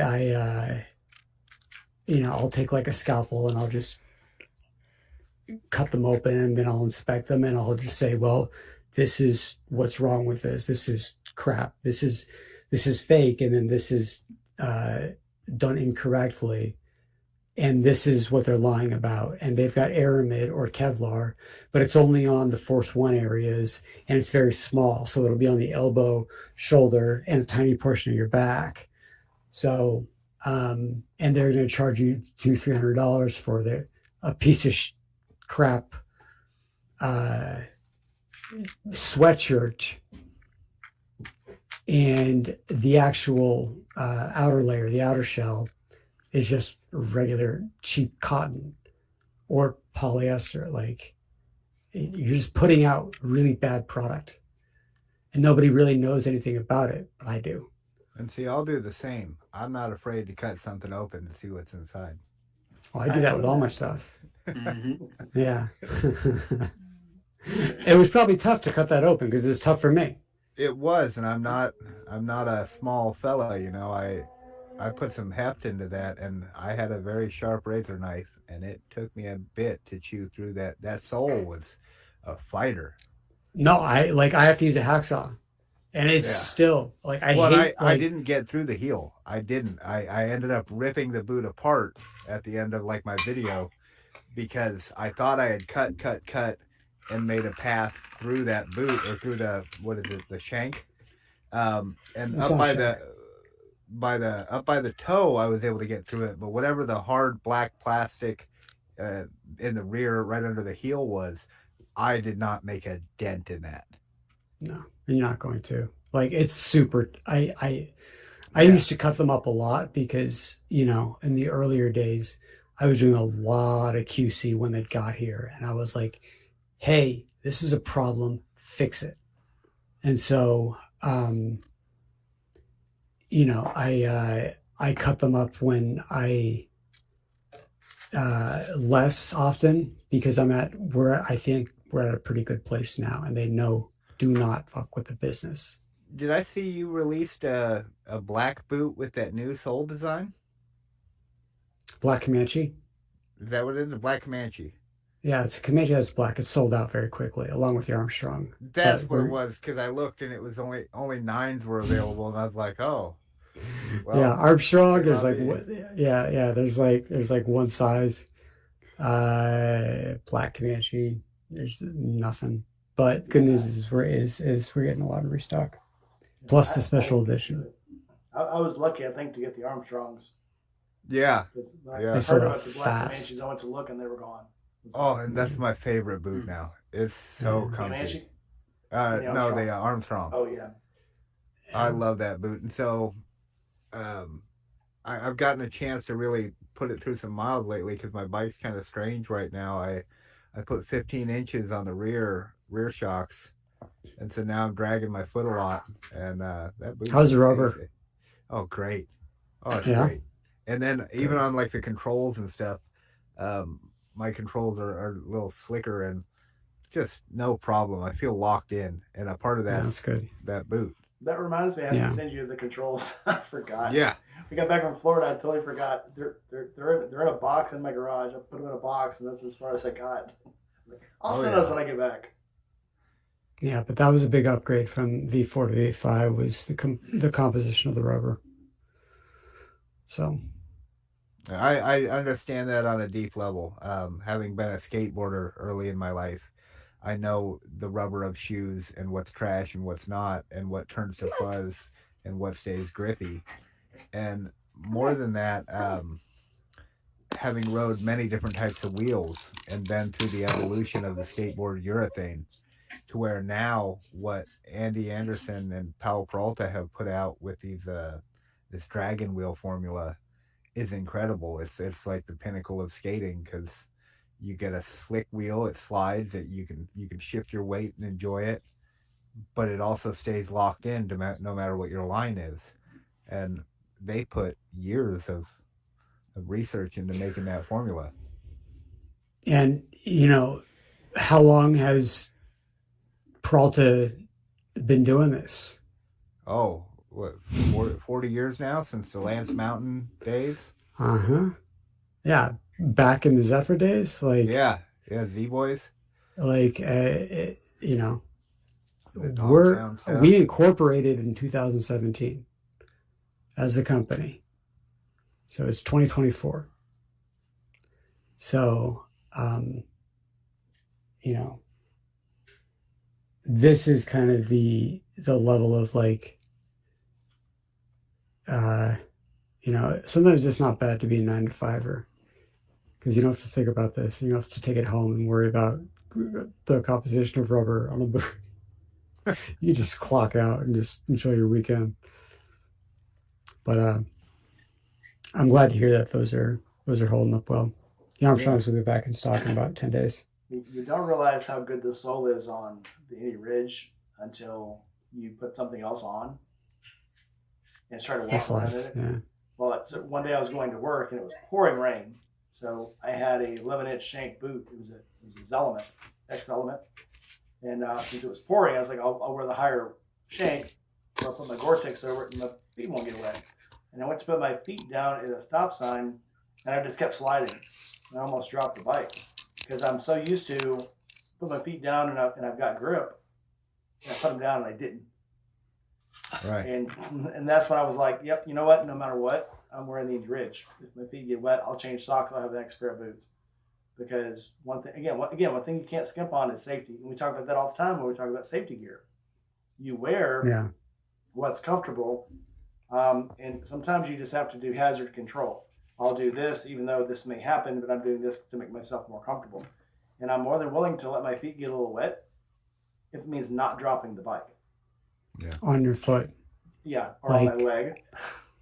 Or on your leg. And I promise you, dropping the bike on those X Element boots would not have fared as well as dropping the bike on the, I think it was the new Crows I had on that day. Yeah. So that's kind of the thing, is that like during a demonstration that Quinn was doing when he was teaching 300 motorcycle cops how to transition from the Harley platform to the BMW platform, you know, there are times when he's going to drop the bike because he's doing these very, like, you know, those police videos where they're doing in the very tight cones, like really, really hard stuff. He dropped it on the side of his bike and he just kind of laid there and he said, like, come look, like, it's fine. It's okay. Like, it's holding it up. And that's what the transverse rigidity, that's why we have a level 2. That's why that's the most important thing. Like, abrasion to get a level 2 is relatively easy. It's cowhide. Like, more than 2 millimeters of cowhide, you're going to have a tough time not getting level 2. If you get a level 1 in abrasion, like, that's a shitty boot.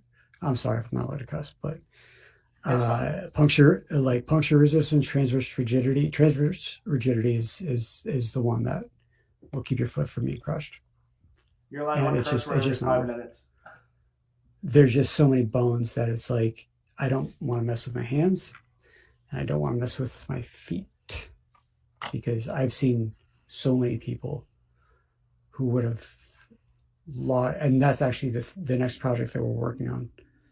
After this video, the same guy who filmed what I sent you, Yankee, we're doing, people have gone down and like written into me and saying, hey, the doctor told me, not like I'm telling you, the doctor told me you would have lost your foot if you weren't wearing these particular boots. I've met a handful of those people. Yeah. I know some of them. I think it's when you talked to me the other day, Steve, you were talking about if you fall and you break an arm, that'll eventually heal and you may not notice it at all later in life. You'll have little pains. You smash a foot, you smash a hand, you smash a finger, you crush a knuckle, you carry that with you for the rest of your life. And you literally almost every day remember that you crushed that foot or crushed that hand because it doesn't feel the same. Yeah. No. Mm-hmm. And that's why I see vans and I'm like, and they're on these 700-pound Harleys, and it's like, that's Southern California. Like, all right, but I ain't doing it. Like, I'm just not. Like, it's just not worth it. So, I think eventually, maybe it'll change, maybe it won't.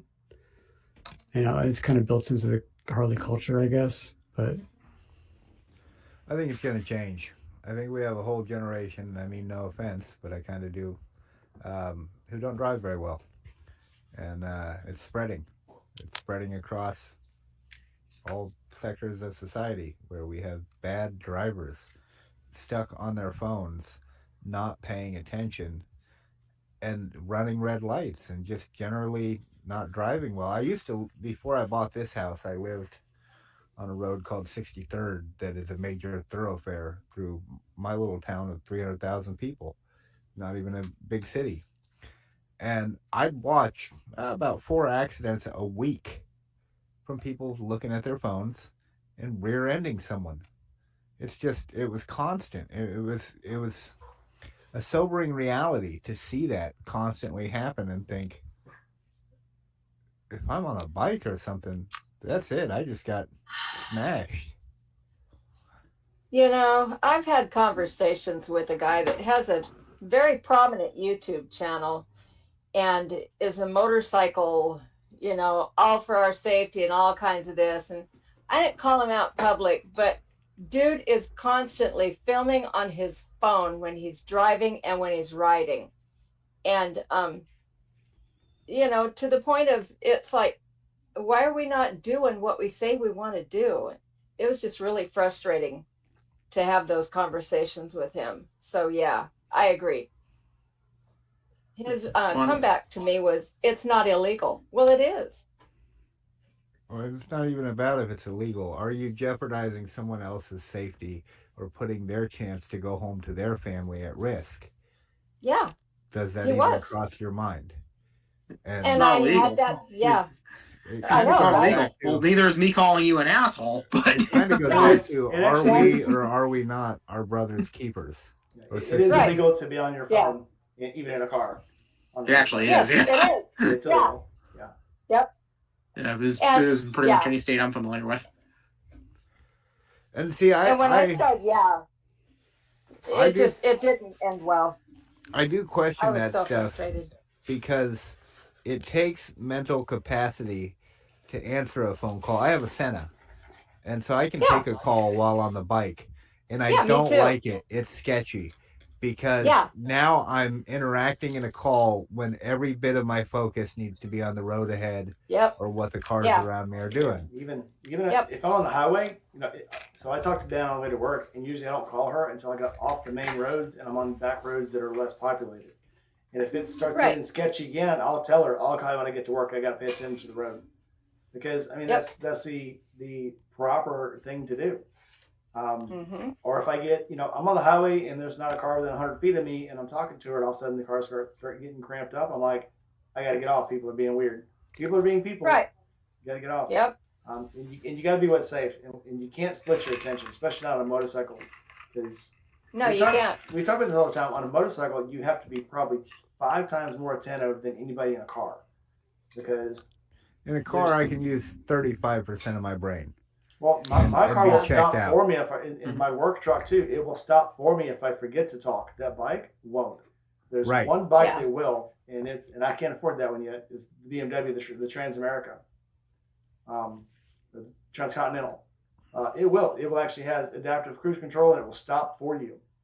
But the two I'm on now won't. So I have to pay full attention to the road, to the people, watch heads, watch tires, watch turn signals, watch people in the backseat even, because I know that mom's fixing to turn around and slap somebody in the backseat because their kids are being idiots. And you got to watch for that thing.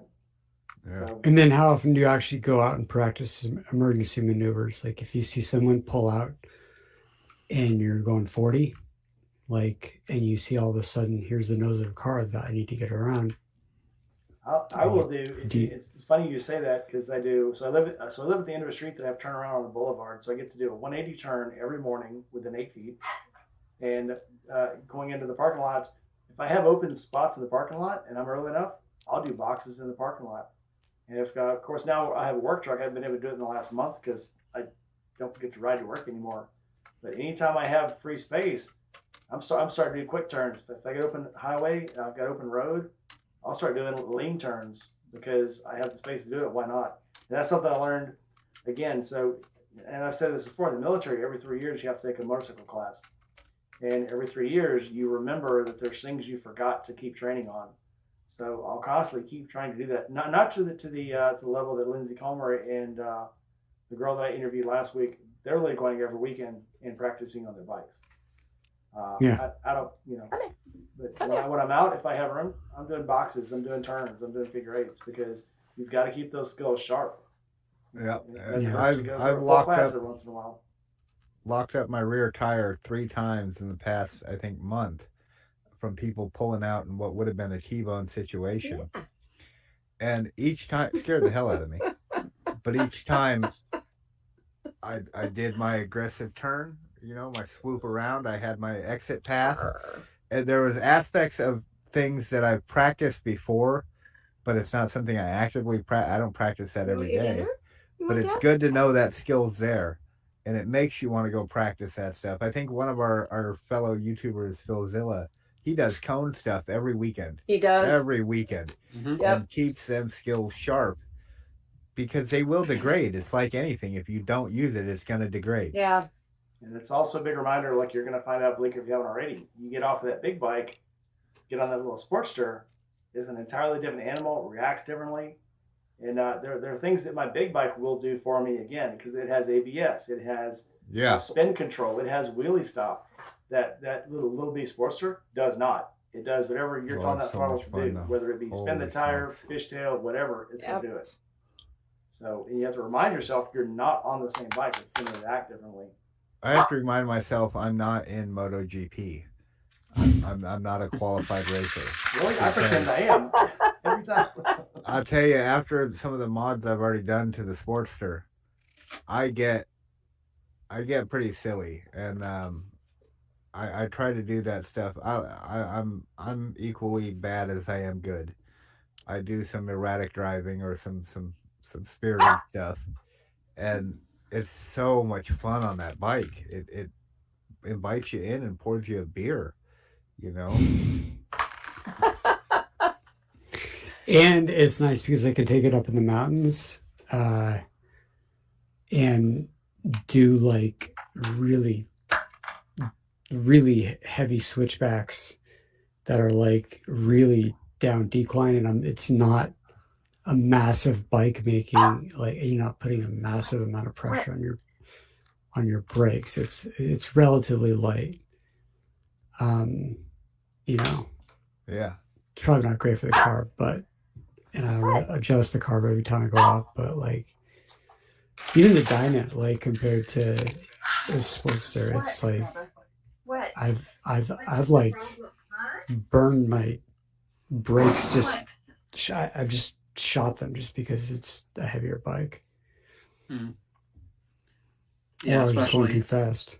Especially on like those mountain roads. It's funny. I actually about a month ago or so, or maybe a little longer, I did the Mount Washington Auto Road on my bike for the first time. So I rode all the way to the top there. And as I was coming back down, and it's really, really steep, really kind of winding road. And there's signs and there's pullouts like say, hey, stop here and cool your brakes off. And I'm stopping occasionally and I'm sort of keeping it in first gear, but I'm trying to like alternate a little bit so I'm not like putting too much stress on one thing or the other. As I'm getting down the hill, I'm smelling that distinct smell of burning brakes. And I'm like, and I'm thinking like, oh God, what have I done? Have I pushed it too far? Is something bad? And it gets stronger and stronger as I go down. It turns out there was a Ford in front of me, a truck, and he just apparently ignored a lot of those signs. And when I got towards the bottom of the hill, he had pulled over. His brakes were smoking. Oh, yeah. There was smoke coming out of the back of his tires. So, I was really put the strain on it. I was stupidly trying to keep up with the girl I was dating, and she was a better rider than me. She was like, she was good. So we were going down that mountain. She was on my Sporty, and I was on my Dyna, and she was just hauling ass. And I was like, and then halfway down the mountain, I start hitting the rear brake. Nothing's happening. I'm like, oh fuck. I think we can forgive you for that one, but yeah, but been there, done that. Yeah, I had to pull off at a turn, and I was like, all right, let me make it cool down, and then I brought it over next door, and he's like, hey, do you want to see what your brakes look like? Because they're not really brakes anymore. They're just glazed over. Yeah, what's left of it, sure. Yeah, I rely heavily on engine braking when I'm doing mountains and passes like that. I think about you actually a lot, talking about that. Sometimes that doesn't even help. Sometimes no. So Sandstone Mountain, West Virginia, literally, it's like a 12-degree grade, 15 in some places, and it just goes up, up, up, up, still up, and you get to the other side, and you've got literally 12 miles of down, down, still going down, still going down, still going. And there were times I would literally just have to pull off to the side of the road and rest because I'm like, I know I'm gonna fuck my bike up. Yeah. Like Yankee saying, just. Sonoma had some 21% grades. The worst There one you I go. was Hairy, ever on was yeah. in Sonoma Pass in California. well, going to Eureka Springs that Easter we went. There were some 20-degree grades going around the Yeah. T-hill. And, Yeah. and they were 10-degree turns, 10-degree hairpins, or 10 Yeah. mile an hour Yep. hairpins. And it's like, and I was on the big bike. I was like, and I had her on the back, I had it jacked up, and I had probably 150 pounds of gear on it. And I'm like, this is about to turn into a bad day. It's Yeah, tough. that town, Eureka Springs itself too. Some of those roads are interesting. When they built that town, they did not grade anything. They did not level anything. They literally just stuck it right into the side of a mountain. Yeah. And yeah, Blake, you were there, wasn't it? Like we were Yeah. leaving the Yeah, and then on the shoulders, there wasn't much of a shoulder. It was just ravine. Yeah, straight down. right. Yeah, No white. No yeah, white you went off line. some of those roads. If you skidded off one of those roads, like I have a mental picture of the one where it like took a right, but like to the left, if like say you missed the turn, there's no guardrail there, and it just went down into this rocky river valley, like 500 feet down, or whatever the heck it was. Well, her two I was wheels, like, yeah, you just kiss your ass goodbye. her two wheels just put out a video, and when I saw it, her and Ride to Food were looking over this valley, and she pulled up sideways to the guardrail. And I remember telling Diana, we tried to stop there to take a picture, and I couldn't get the kickstand down because it was literally like 15 degrees slope. And then her two wheels is backing into it because that's the only way you're going to put your kickstand down is to back down the hill sort of into that guardrail, into that concrete barrier. But her video of that did it no justice.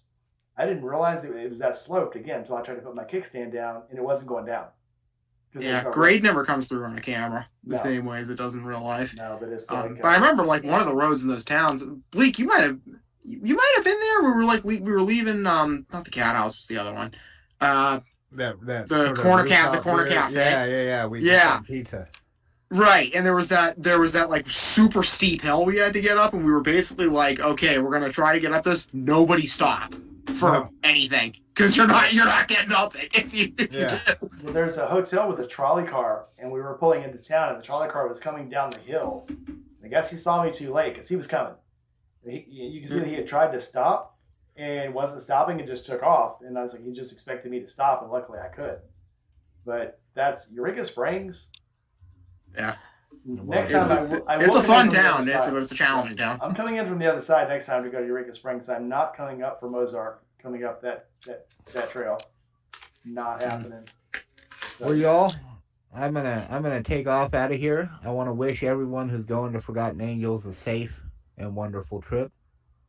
And I want to say thank you, Rainey, for having me on another one of your panels. I always love having you on. Now we've done a live together, you're always welcome. Well, you've always been welcome anyway. So.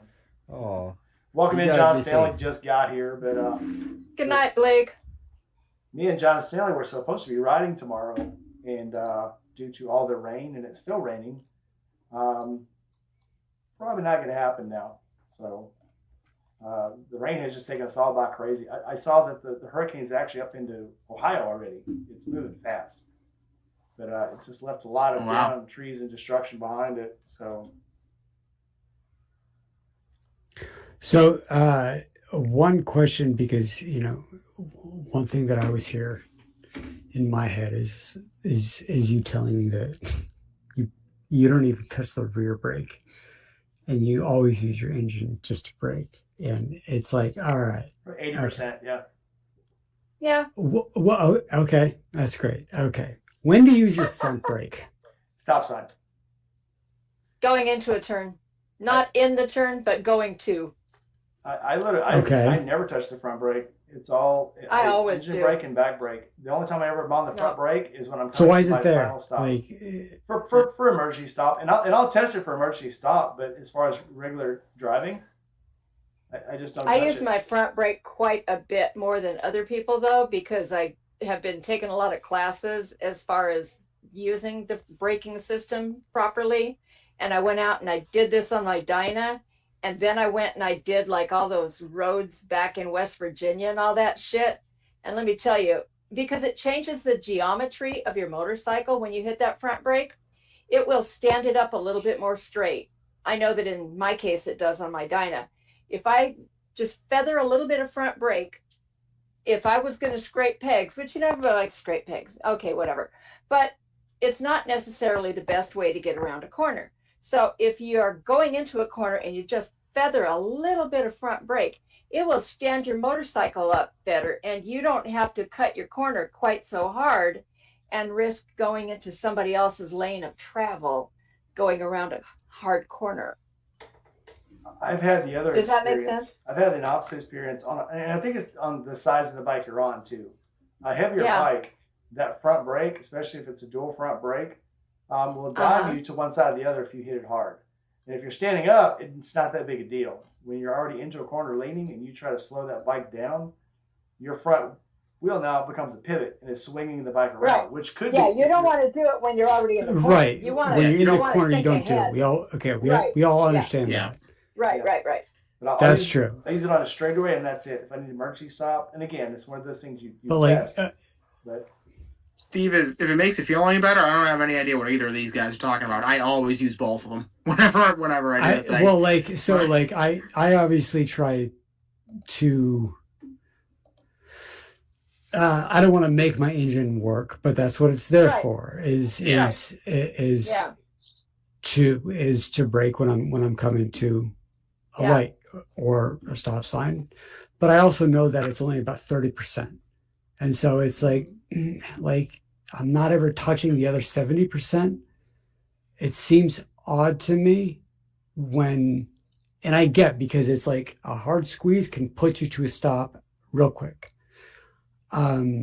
Whereas, doing Rob Simmons stuff all the time, he doesn't let you touch the front brake. If you touch the front brake, you got to do 10 push-ups. But I hear Randy's voice every time I come up to a stop sign, how he's like talks about like, no, I just make my engine do all the work. And it's like, But really though? Science shows that the front brake does a good deal of the work of stopping your bike.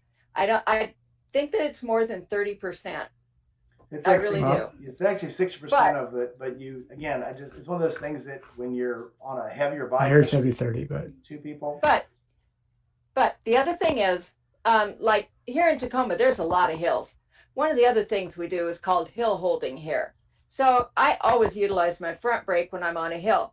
You get stopped, you hold with your front brake, you do whatever you need to do, you don't fall down, you can take off seamlessly if you're holding some front brake. Yeah. You just I use feather it for the holding. throttle. I And use it for stopping. Yeah. right.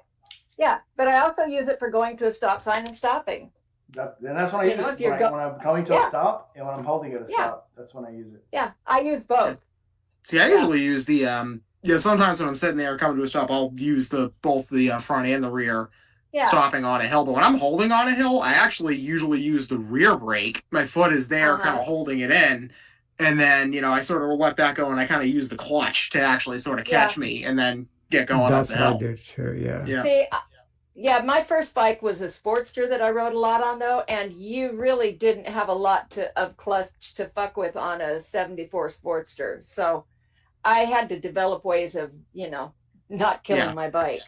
No, I get you. My first street bike was a Honda Shadow 750, which was great in a lot of things. Yeah. But if you've ever ridden one of those, the freaking friction zone on that thing is like 95% of the way out from pulling the clutch in, and it's not actually as big as it should be.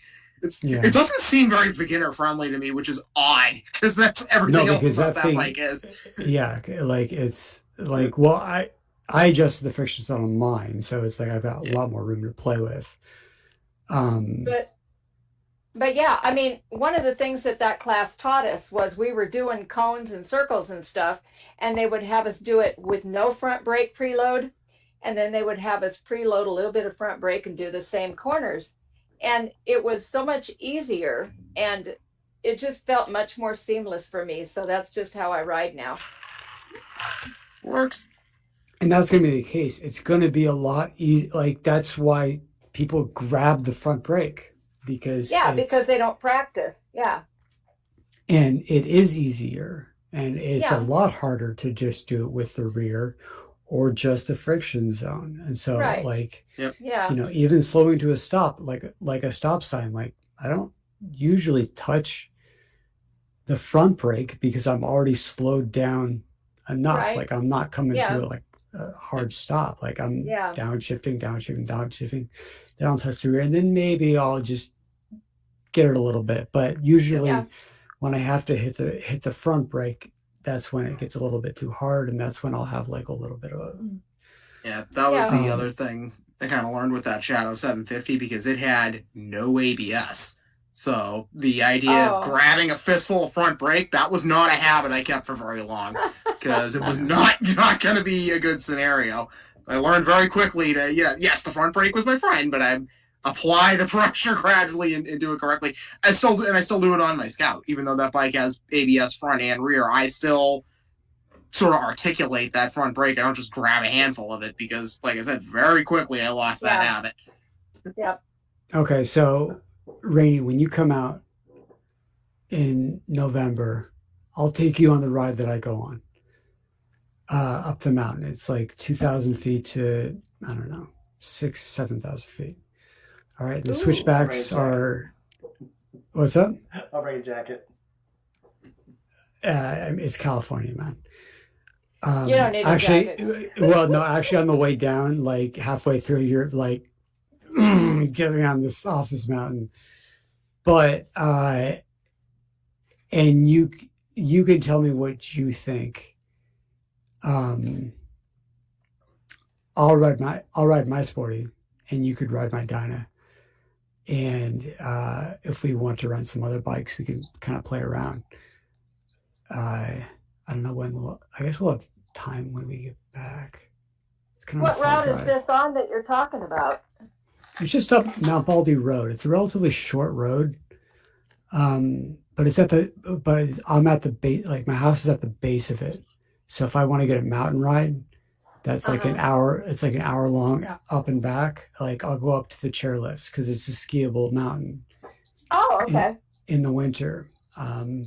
And then I'll come back down. And there are hairpin turns where you lose about 20 feet of elevation or gain 20 Yeah. feet of elevation. And that's how I destroyed my rear brakes. I can see why.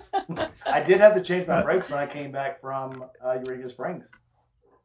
Okay, so Yes. so knowing everything that you know, because you know more than I do about this, I want. When can we do it? Maybe early in the morning or something. We'll work it out. And you give me your input, and if you ruin my brakes, obviously you're gonna, I'll show you how to change them. Sure, yeah, exactly. Because I'm gonna do that when I've got a mechanic that's right there. Mount But, Baldy Road in Claremont, California. Yes, ma'am. Thank you. And it's great because it forks off into Glendora Ridge Road, which goes like all the way into LA. That's a little bit more sketch because it's like it's not a one lane, it's just one road. Oh. And so I you can think go I along didn't- Glendora Ridge Road all the way back over into Topanga. But there's some blind corners and there is no lane. It's just a single road. But it's a great ride. And you can go along, and I it's at can see about it. Looks like a great ride. Yeah, it's about 5,000-6,000 feet. It's fun. Hey, Steve, Beautiful mountains. John Yeah. Stanley says he broke his ankle using the front brake, dropped the Sportster in the gravel on his foot. My wife says Yeah, because you it'll weren't happen. wearing. My wife says it's because you weren't wearing Indy Ridge boots. Not wearing Indy Ridge boots. Yeah. It's gonna happen. It's gonna happen. Although but wait. Oh. So He was wearing What was the Chuck comment? Connors. He dropped the bike on his leg and broke his leg. grabbing the Guys, front brake on twisties. in his driveway, grabbed the front brake. Well, that's Gravel, like you said. And I will say, crazy enough, the 3 times I've dropped a bike in the last 10 years, twice has Slow been in my speeds. garage. Once Yeah. was coming to a stop sign. Yep. In the ice. Very slow speeds. So, I mean, the bike wants to stay up at 40 miles an hour. That's just a fact. it's a gyroscope. Right. Uh, Yeah. But when you're backing out of your driveway and you just inadvertently look behind you to make sure that there's nobody there, those are the times when I'm like, So when your feet are touching the ground, that's when you have the most problems. As weird as that seems. yeah. That's Coming why off you a aren't half-inch allowed. curb, yeah. Yeah, that's why in Rob's class, you can't, you have 1 foot resting on the ground at all times. You can't put both feet down. And if the bike's ever moving, your feet are off the pegs. Yeah. Oh, yeah. That's Rob. So I do So, plan on testing you know. a lot of cool Indy gear while I'm in California. Yeah, we've got. I just wanted to try with the Okay, flannels. so let me see. Yeah, we got some stuff. But you can see we're all the magic happens. So magic happens. And Yeah. there's got to be a green flannel, right? No, I already chose the colors. Blue? Oh yeah, there is. Yeah, Oh I God, chose please blue. tell me there's no purple. No purple, right? No. A lot Thank of you, browns. Steve. I did. Oh, come on, it's some Halloween. browns, some blues, and some beiges. That's the colors that I picked. I don't know if you're gonna. Yeah. So- So when Holly came to town, we actually like chose. So like Lindsay Comer, who's now head of social media, and she like if I don't have time to respond, she is able to make an executive decision on what goes out, and it may not be in my voice or whatever. At a certain point, you have to let go, and let her do her job. But Oh, it's only 1,100 miles from me. that's not so bad for you. No, not at all. You gonna come down for the weekend? Yeah, it's like I might. I'm considering it.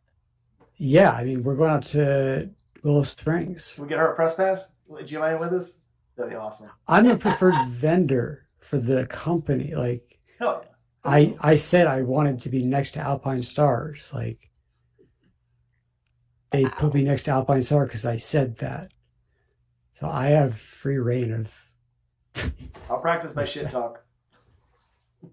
Steve, is Yeah. your head growing a little bit? It's not. Yes. It's just things Yes. are coming my way that I'm able to do through no fault of my own and through very great people coming into my life. Through all fault of you, you've done all this. I'm This just is all messing your with you. fault. You've done this all. This is awesome. I think it's Yeah. awesome. Yeah, well, it's fun, but I couldn't have done it without the support of the rest of the community, and just the fact that Quinn, who's like go to Quinn Redeker, Redker motorcycle competition. He's a big deal, and he can do things that almost nobody else can do. And he bought the crows unbeknownst to me, and he was using them during competitions, and he was like, these are great because I have all the tactile control, I have all the safety, and then I can go home and fly and wear them and just walk around in them. And so now he's all of a sudden become a pretty big advocate. And then a friend of his, Vince Grieva, who's also involved with Total Control.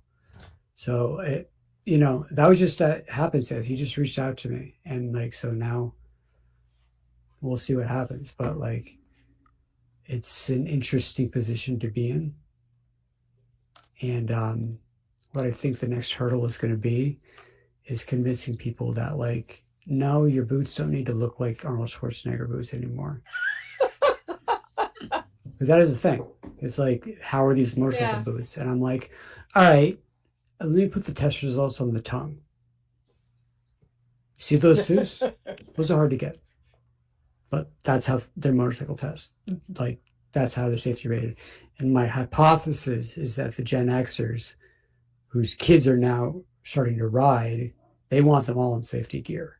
The kids want to wear gear that's cool. So you make gear that looks good, and breathes well if it's not too hot. And, there's probably a demand for that. It's functional. Yeah. Yeah, but yeah, we gotta. I wish you could spend an extra like that Monday. And we could just kind of screw around. I can see if I can get another day. Let me ask them. They're being very free. I'll see what I can do. It'd be fun. Actually, you're right about the tickets. It's fine. We'll make it work. No, but I can adjust them. Let me find out what I can do. Yeah. No big deal. But Go out with Gma, if you John. want to, if you want to come down, we have a party. I only have one bed in my house right now because I just bought it relatively recently. So we'll all have to triple up. Mike can be the middle spoon. Fork, knife, and spoon. I'll be the small spoon. I have a camping mat that works really well, and the Road King has got huge saddlebags. I do have a chase lounge that's 7 feet long. See, that'll work. Jesus. I'm fine. And very wide. I'm so there's I'm only plenty of 5'6". places to sleep. Yeah, cool. Yeah, I can And sleep anywhere. I know. Yeah. Like if I told you to go sleep in my car or like my truck bed, you'd be like, yeah, okay. Yeah. So Hang on, is the cat still there? I Mine? lost Oh, mine. Yeah. My cat? Yeah. No, I lost the cat in the breakup. Cats make good pillows. I learned that sleeping at Bleak's house. yeah. No, she's good though. Oh wow. She's good. She just, I'm just all alone in a home with no love or Aw, poor happiness. thing. Well, we will bring two things that every bachelor needs: tacos and beer, and we'll have a good time. I'll bring you a jar of jam, Steve. Okay, jam. I don't like. You could drink the beer. Do you have any cookware? I'll bring rum. I'll bring rum and jam. I have tequila. Again, I don't really drink. If you If have you have other cookware, I'll make drugs, breakfast. I do have cookware and I have eggs. And so, well, I need I'll eggs, wash flour, up if you're milk, gonna sugar. I Oh, I'll you gonna make us Dutch babies? I'm gonna make a Dutch baby. Yes. I don't even know Those what are that fucking is. fun. Oh my God, they're so I good. need a cast iron skillet. That's all I need. I have one. Okay. I think Nice. Yep, I need a 12-inch I don't cast iron cook. skillet. That's all I need to make. like tonight it's a for dinner. party. I'm gonna go get pizza after Go to this. pizza. I knew. Yeah. I knew that. It's Because it's Friday. Friday. It's Friday, and Friday's pizza night. Yeah. And So well, it's not just on Friday, but Friday's a non-negotiable pizza night. Where I have what's called Pizza Mountain, where I take all the slices out of the box and I just stack them all up, and I just make my way down the mountain. I like it. Yeah. See, I imagined you doing like you built a stack of pizza slices like this high, and then you sort of like Scooby Doo ate them. Yeah. Yeah. So what up? I do. I do Pizza Mountain. I do Nacho Mountain, which is great because there's layers. It's Yeah. like it's like the Earth, so it's So historical. like an onion. Yeah. It's like I'm learning about geology as I'm eating nachos. It's just this is where the dinosaurs were. Yeah, This that's is where Triceratops lived. John kind of Stanley. fun. Like you build one like the Earth, like the different like trophic, like the different layers. Like so on the top you have I don't know your mushrooms and like your a greens thin or whatever. layer of Yeah. something. And you move to your Mhm. meats way down. When you get near the equator into the tropics, that's when you start adding like fruits. Put your pineapple in there. or just like a pure chunk of cheese, just like Yeah. sweltering hot in the middle. Oh, if you want to make it like the Earth, yeah. Yeah. So, Stuffed crust pizza. yeah, John we Stanley's have trying to that figure here. out what kind of boots to get. So I am going to, John, just wait till we can talk, and I will go over your riding style, talk about things, and I'll tell you which ones will probably be best for you. I've gotten pretty good at that. You are in charge of everybody who wants to get stuff for free, and I am going to do a purge. It's going to We be need to do a purge. Did we ever figure out how that one guy got in? Because he didn't go through me. Yes, I did. He's a mechanic up in Washington, and we spent a lot of time on the phone, and we were diagnosing an issue he's having with his boots and why. So yes, I do. Okay. So there was a specific issue where he's a mechanic and he's kind of crouched down a lot all day, and this one particular part was not holding together the way it should, and he was a big help. So yeah, I yeah. think I remember Oh, that that's from good. a long time ago. Hmm? I remember that conversation from a long time ago. Or a conversation like that from a long time ago. But it's like there's certain people who just get a pair of boots every month, and I don't hear from them. Yeah. It's just like, okay, Yeah. Yeah, like we definitely need to You're gonna be put- hearing from me pretty Yeah. soon, because if you can see that there. Jesus, come Yeah, on. you man. should have already. Yeah. You had free clearance to get another pair of boots already. You need to get those. Yeah, you have like. I know. I'm just late. I'm just lazy. That's what it is.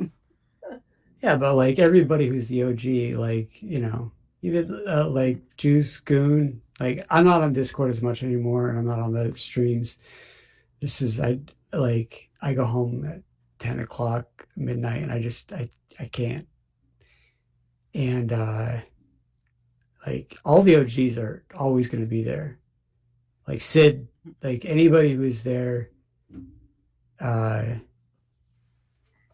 wouldn't consider ourselves really a company yet. But You can sit in anyone our who's one there, boot. I'm just kidding. like Noah's got both of his legs working now. It's fine. that's good to hear. Yeah. But like the people who have like I said, who just came into my life and were supportive when they didn't need to be, I believe in kind of paying people what they're worth. That's why my staff gets paid so well. I'm like the third highest paid member of the staff. Yeah. So, but anyway, it was great catching up with you guys. I have to split. Yeah, very good. Pizza Mountain needs to be climbed, and will be summited tonight. Go take Yeah. on Pizza Mountain. And as a final note, 2 things. Make sure you go to ForgottenAngelsFlorida.org. Go ahead and buy your tickets for the camp out. Donate if you can. Buy a raffle ticket for the bikes that come. I think there's 4 bikes now up for raffle. Hey, when you get done, can I say something really quickly too? You can say something right now. Okay, so October 12th, if anybody is in the PNW, there is a fundraiser going on for a local food bank I volunteer at. We usually feed about 600 families with a nice box of a holiday dinner and a turkey, and I'm taking raffle items for that, and I'm promoting the ride that we're doing that day. It's about 100 miles, should be a good ride, rain or shine. If anybody's available, hit me up. Is And it website or motorcycle related or just? Yes, it is. It's BASH. It's Bikers Against Statewide Hunger. It's a food bank that started in a motorcycle shop 25 years ago, and everybody that works there rides. It's not a condition for volunteering, but we all ride. But yeah, and it's just a cause that we all got behind a long time ago, and people are just still there. I mean, so Red Rum has obviously been, and Cliff, the president, they've always been really good to me. And so all the indigenous peoples, they all have their own chapters. And so they always, if they're doing a raffle or something like that, I'll always get certificates. So if you need anything from me, then let me know. Oh, sure. If you want to kick a gift certificate my way, I wouldn't hate that. Oh, like I usually give them like 4 or 5. Oh, sweet. I will get a hold of you then. Yeah. I think I know how to get a hold of you. Yeah. So, Okay. but no, I give them out to, basically people. I get to do anything I want. Yes, you do. That's pretty cool. John Stanley says, "Can I just donate cash?" Obviously. So if you give us that organization one more time. We'll probably Google it and find a website to give. It's Bikers Against Statewide Hunger. It is in Spanaway, Washington, and I will throw the flyer up on my YouTube channel. And go ahead and put the link on the bottom of this video too on the comments. I will do so that. they can find I it. sure will. Okay, I'll do that right now. GMAP, the weekend is November 8th and 9th. Mike's coming.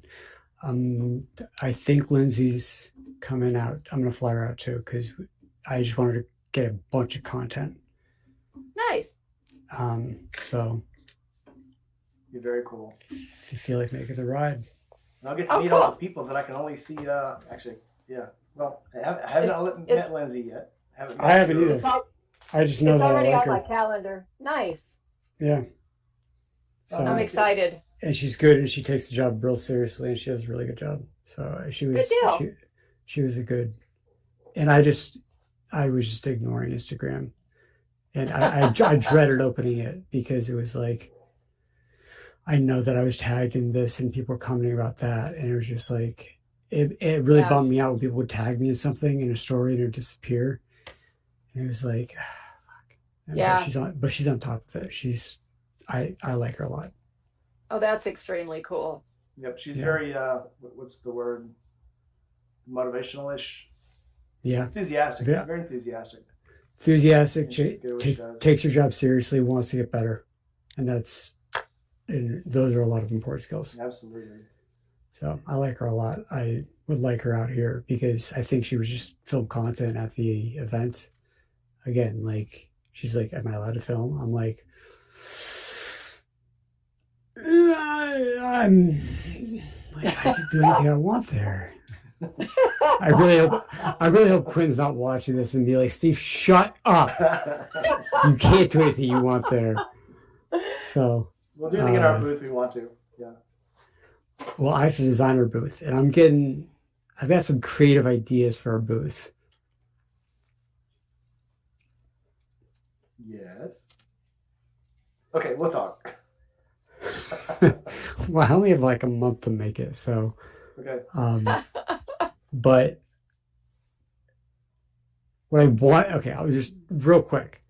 What I wanted to do, you know, those like security cages when you go into a gun store, you know, because Yeah. they'll go, like, you go in and lock. I don't need the like one door closes, one door opens thing, but having the booth in a security cage, and so you can't just look at it. You have to go through the door. And having it have probably like a red top with the Indy Ridge red and like the logo, and then like some signs on the outside explaining what is inside. And I thought that was to me. To everybody else, that was, they were like, "That sounds ridiculous and stupid," and I'm like, I disagree. I think that sounds kind of cool, because it's like, all right, what's in the door? And then if I have people outside saying, "Hey, do you want to come and take a look at something?" It's better than just easy up 10 by 10 that everybody else is going to do. Come into my booth. I got candy. Step in the back. Just Yeah. get a big plywood sign, just spray can, free candy. Free candy. Yep. But See what the idea of protection, that's sounded interesting to me. Maybe I'll be able to see through it and like put like barbed wire or something, because I think that booth would be a pain in the ass to break up and down. But something that is not just a 10 by 10 easy up with your logos on it and like a table with a cloth on it and products. Like, I'm not doing that. Yeah, I think it'd be Like, cool to have like expanded aluminum metal and then some diamond plate, something like industrial looking. I think that'd be cool. Yeah. So thinking about that, because if I'm next to Alpine Stars, I'm gonna have to be better than what Alpine Stars shows up with. Yeah, they're gonna show up with topless chicks and big leather pants. No, I'm not that brand. I'll go topless. I'm not. Insert the name of any brand you see on Instagram here. Yeah. I'm not that company. Thank heavens. What? Well, it's like we talk about YouTube videos. Some of those brands I'm not really into, their promotional styles. So because it's just topless chicks and like t-shirts, and they call themselves a motorcycle and brand. I will go right past those. Well, so like we were saying, it's they like Flash. Flash will get you the views. Content will keep the viewers. Yeah. So once you get, but ultimately, you can do all the analytics you want, And I was talking to my SEO guy today. He's like, we could run all the analytics we want on like what performs well, what keywords and blah, blah, blah. But at the end of the day, if your product sucks, it doesn't matter. Like, it's going to get out. If it sucks, if it's good, it's going to get out. Like, the fastest way to kill a bad product or a bad company is with a lot of good advertising. They might make some short cash, but they're not setting themselves to be an acquisition target, which is an idea that I had, a limited edition boot where you just buy a boot, but you get the company as well. And it's going to be like, I don't know, like we're probably valued at like 15 million by now. So it'd be a $15 million boot on the website under special editions. Yeah. But Yankee, watch that video and then respond to the email and tell me what you think. Yep, definitely. Well, probably tomorrow. I'm actually fading out myself here. So. I've watched it 4 or 5 times. I get goosebumps every time I watch it. Even the rough cut first one. I've watched it like 10 times, and like it's still. I sent it to my aunt and my mom, and my dad, because it has to do with my grandpa, and so they're. But there's a lot of stories that had to weave together, and it was really tough not to crack, and they just nailed it. Well, even reading On the Tongue, the radio traffic, that gave me chills. That's real. Yes, because I'm like, holy shit. Yeah. So I'm gonna send you the link though to that to the story of Gore-Tex and the story of Kevlar from. Yeah, I'll look for it. Yeah, because I want to hear it. It's just weird, some of the stuff these products have gone through to try to corner the market on their product. Yeah, and the fact that it's not necessarily in the United States leaves it wide open for me, which I like. Because I don't have to test any of my gear. I'm going to, and I'm going to show it. I'm going to put it on the tongue. No one else is really doing that. Or they're making ridiculous limited edition boots like the one you're about to see, Yankee. It's awesome. Well, it's really cool. There was a boot I bought because it was supposed to be such a great boot, and it wasn't climb. It was core. I bought a core boot because they were like supposed to be awesome at the time, and I was planning on doing a lot of long distance riding. And when I got them, they sucked. It was bad workmanship, bad product, bad quality, bad assembly, and I hated them. I wore them like one time, and then I sold them on Marketplace. Horrible boots. But at the time, everybody wanted them. Everybody wanted core and the climbs because like, oh, these are great. These are awesome boots. There, buy them. And they were horrible. So where are they now? Again, you don't build a good company by putting out bad product. You just don't. There's fact. Yep. And again, so look at what was Ruroc. Ruroc, yeah. Ruroc supposedly is a good brand now. I'll never try them because it's like you hear too many horror stories of their quality when it was bad. And in a product like that, a company like that, if they had a good product and they went to a crappy product because they could sell more, they'll do it again. Once they get their numbers back up, they'll go back to a crappy product. Supplement companies did it all the time in the 80s and 90s. They would have these awesome products, people were getting results from them, and they would slowly start replacing. I don't know if anybody remembers Hot Stuff. It was the number one. Well, that was the name of it. It was a supplement. But as time went on, they just started replacing all their ingredients until their Weider supplements did the same thing. They just replaced all the little ingredients. That was mostly just sugar, filler, and soy. And think Harley AMF. Yeah. Yeah. You gotta have a consistent product, or you just lose everything. Or you have to actually care about the things that you sell to people that protect their appendages. Because your name's behind it and your face is behind it. Oh, excuse me. All right, we'll go ahead and close. Final thoughts. Steve, go ahead and go first. Oh, it's always good to see you guys. I'm sorry I aren't on. Good to see you. I'm not on as many streams and live streams as I used to. I still love the whole crew and the Forgotten Angels crew and Goon and Juice and everybody else. It's been busy. You know, like when you don't hear from me, it's usually because there's a lot of stuff going on. So I have to check on you every once in a while. Make sure you're still you breathing. do. Yeah, which I appreciate because there are times when I'm like, I can't, I don't want to do this anymore. Like it's too much. So I do appreciate that. It's in my contract. Check on Steve. And just all the support in general from the community and you guys, and it's almost like a therapy session. And so I'm really grateful for the things that I have, and that's what I've been trying to teach myself, or to think about the things that I have versus the things that I don't. That's actually something that you told me, Rainey, on a phone call like 2 weeks, 2 weeks ago. And you know, where I'm worried about employees and payroll and better products and mitigating risk and a million other things, and that can just fry your brain. So I'm thankful for the people who stuck by the brand and stuck by us, and know that even though we're a young company, like that doesn't mean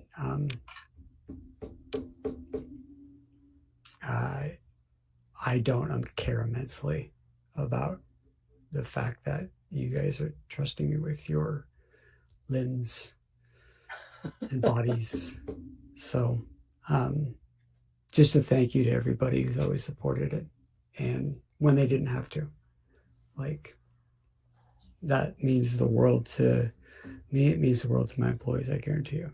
So it's a pleasure to show dedication to a product that actually works. So, and well, yeah, it's a great product, Steve. You're doing good stuff. Thank you very much. I appreciate that. It can always be better. And I'm sure it will be. I mean, yeah. Again, look at where my first set of crows, I think, were like maybe 2.0.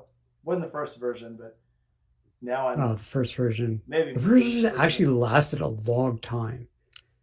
But yeah, so it may have been the first version. But I have an old pair that I'll wear that are very worn and broken in because they're still comfortable. But I'll put those on and then put the new crows on, and I'm like, this is a totally different boot. It looks the same. It feels completely different. Just like when Bleak cut that boot open, and I saw the front, how the reinforced toe curled all the way under the front of the toe. No boot does that. Every boot stops as soon as it hits the sole. That's where it stops. Then when I actually went under the toe, then I was like, I am 10 times more impressed. Because that little bit of a detail that makes the boot that much better will make the boot last that much longer. Yeah. But it causes other issues which you need to solve because that's why I version them. That's why I look for them, and then that's what the Indie Insiders are. They need to be. So, after the purge, we'll start making it what it's supposed to be. And then I had the idea. This is the last thing that I'll say, and then I'll let you guys, and then I'll be quiet. You know how everybody gives out loyalty points, and I'm gonna say this. I don't know when people are still watching, but I want to, and this is gonna be like, it's super easy to do. It's also easy to maybe gain, but I think that Zach, who I started the company with, but I own 100% of the company. I bought him out, but he's still very invested. His cousin is like my number one. She lives up in Washington.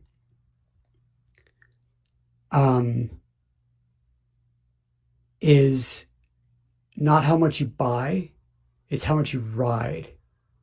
So if you upload a photo of your odometer, And that conversion rate, whatever it is, 1,000 miles to $1, will get you money. So in theory, you can get our entire catalog for free as long as you ride a lot.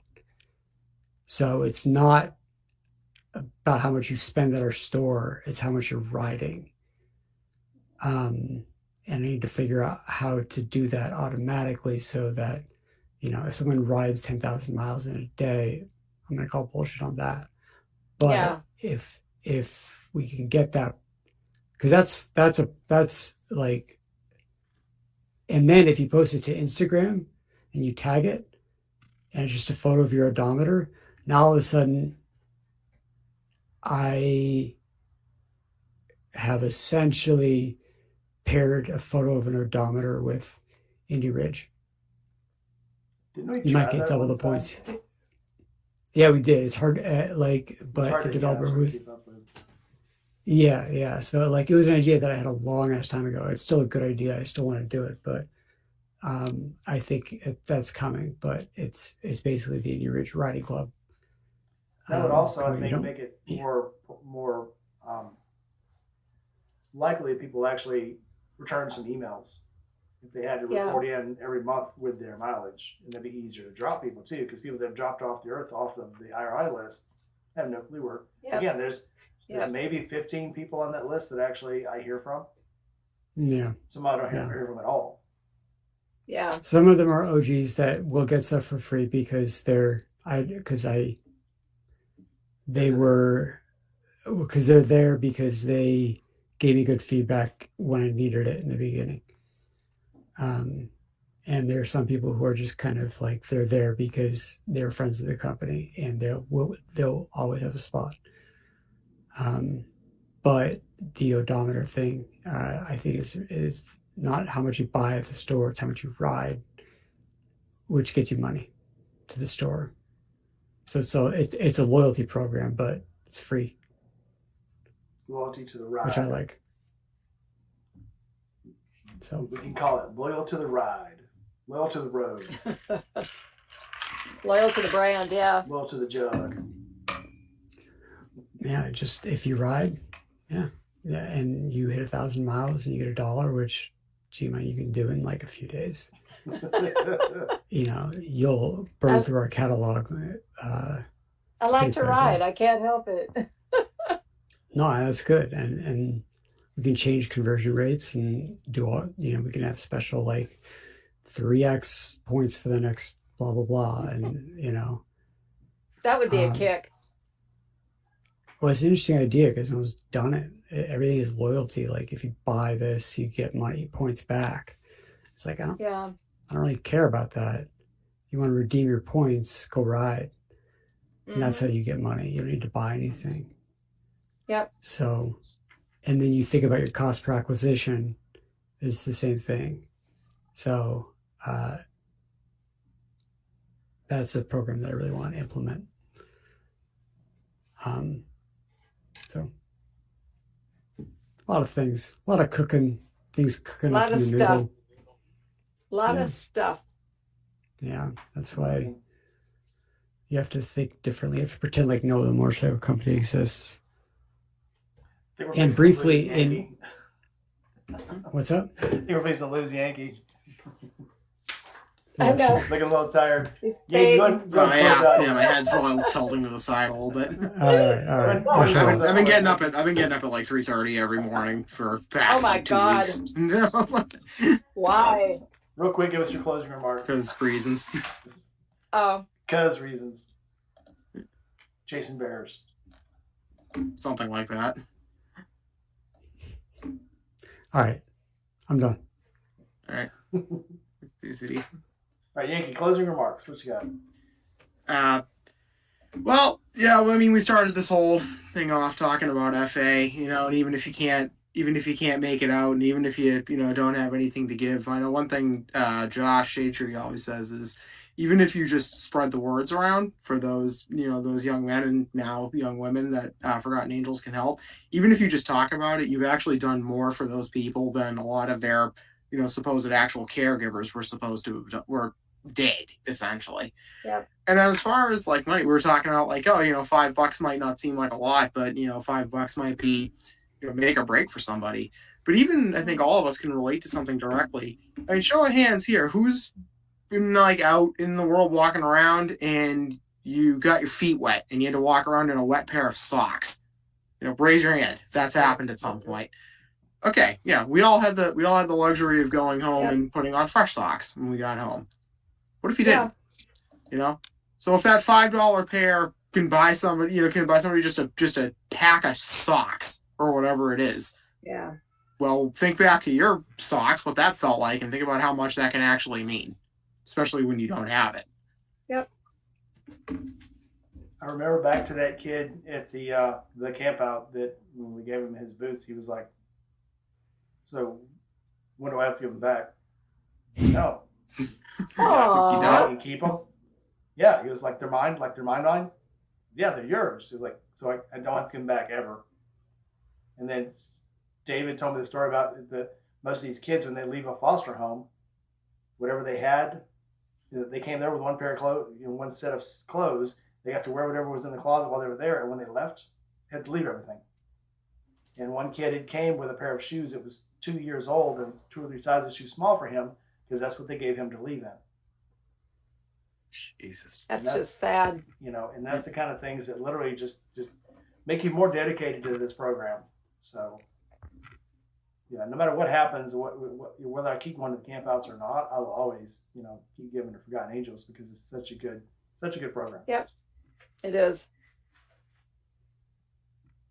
Jima, final thoughts.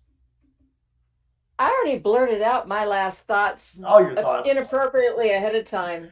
Final thoughts? Buck said he was surprised to hear you cuss. I was like, you must not hang out with her very much. I cuss all the time. I just try not to on my channel because my grandkids listen. Not that they don't cuss, they're all almost adults, but yeah, I just try not to.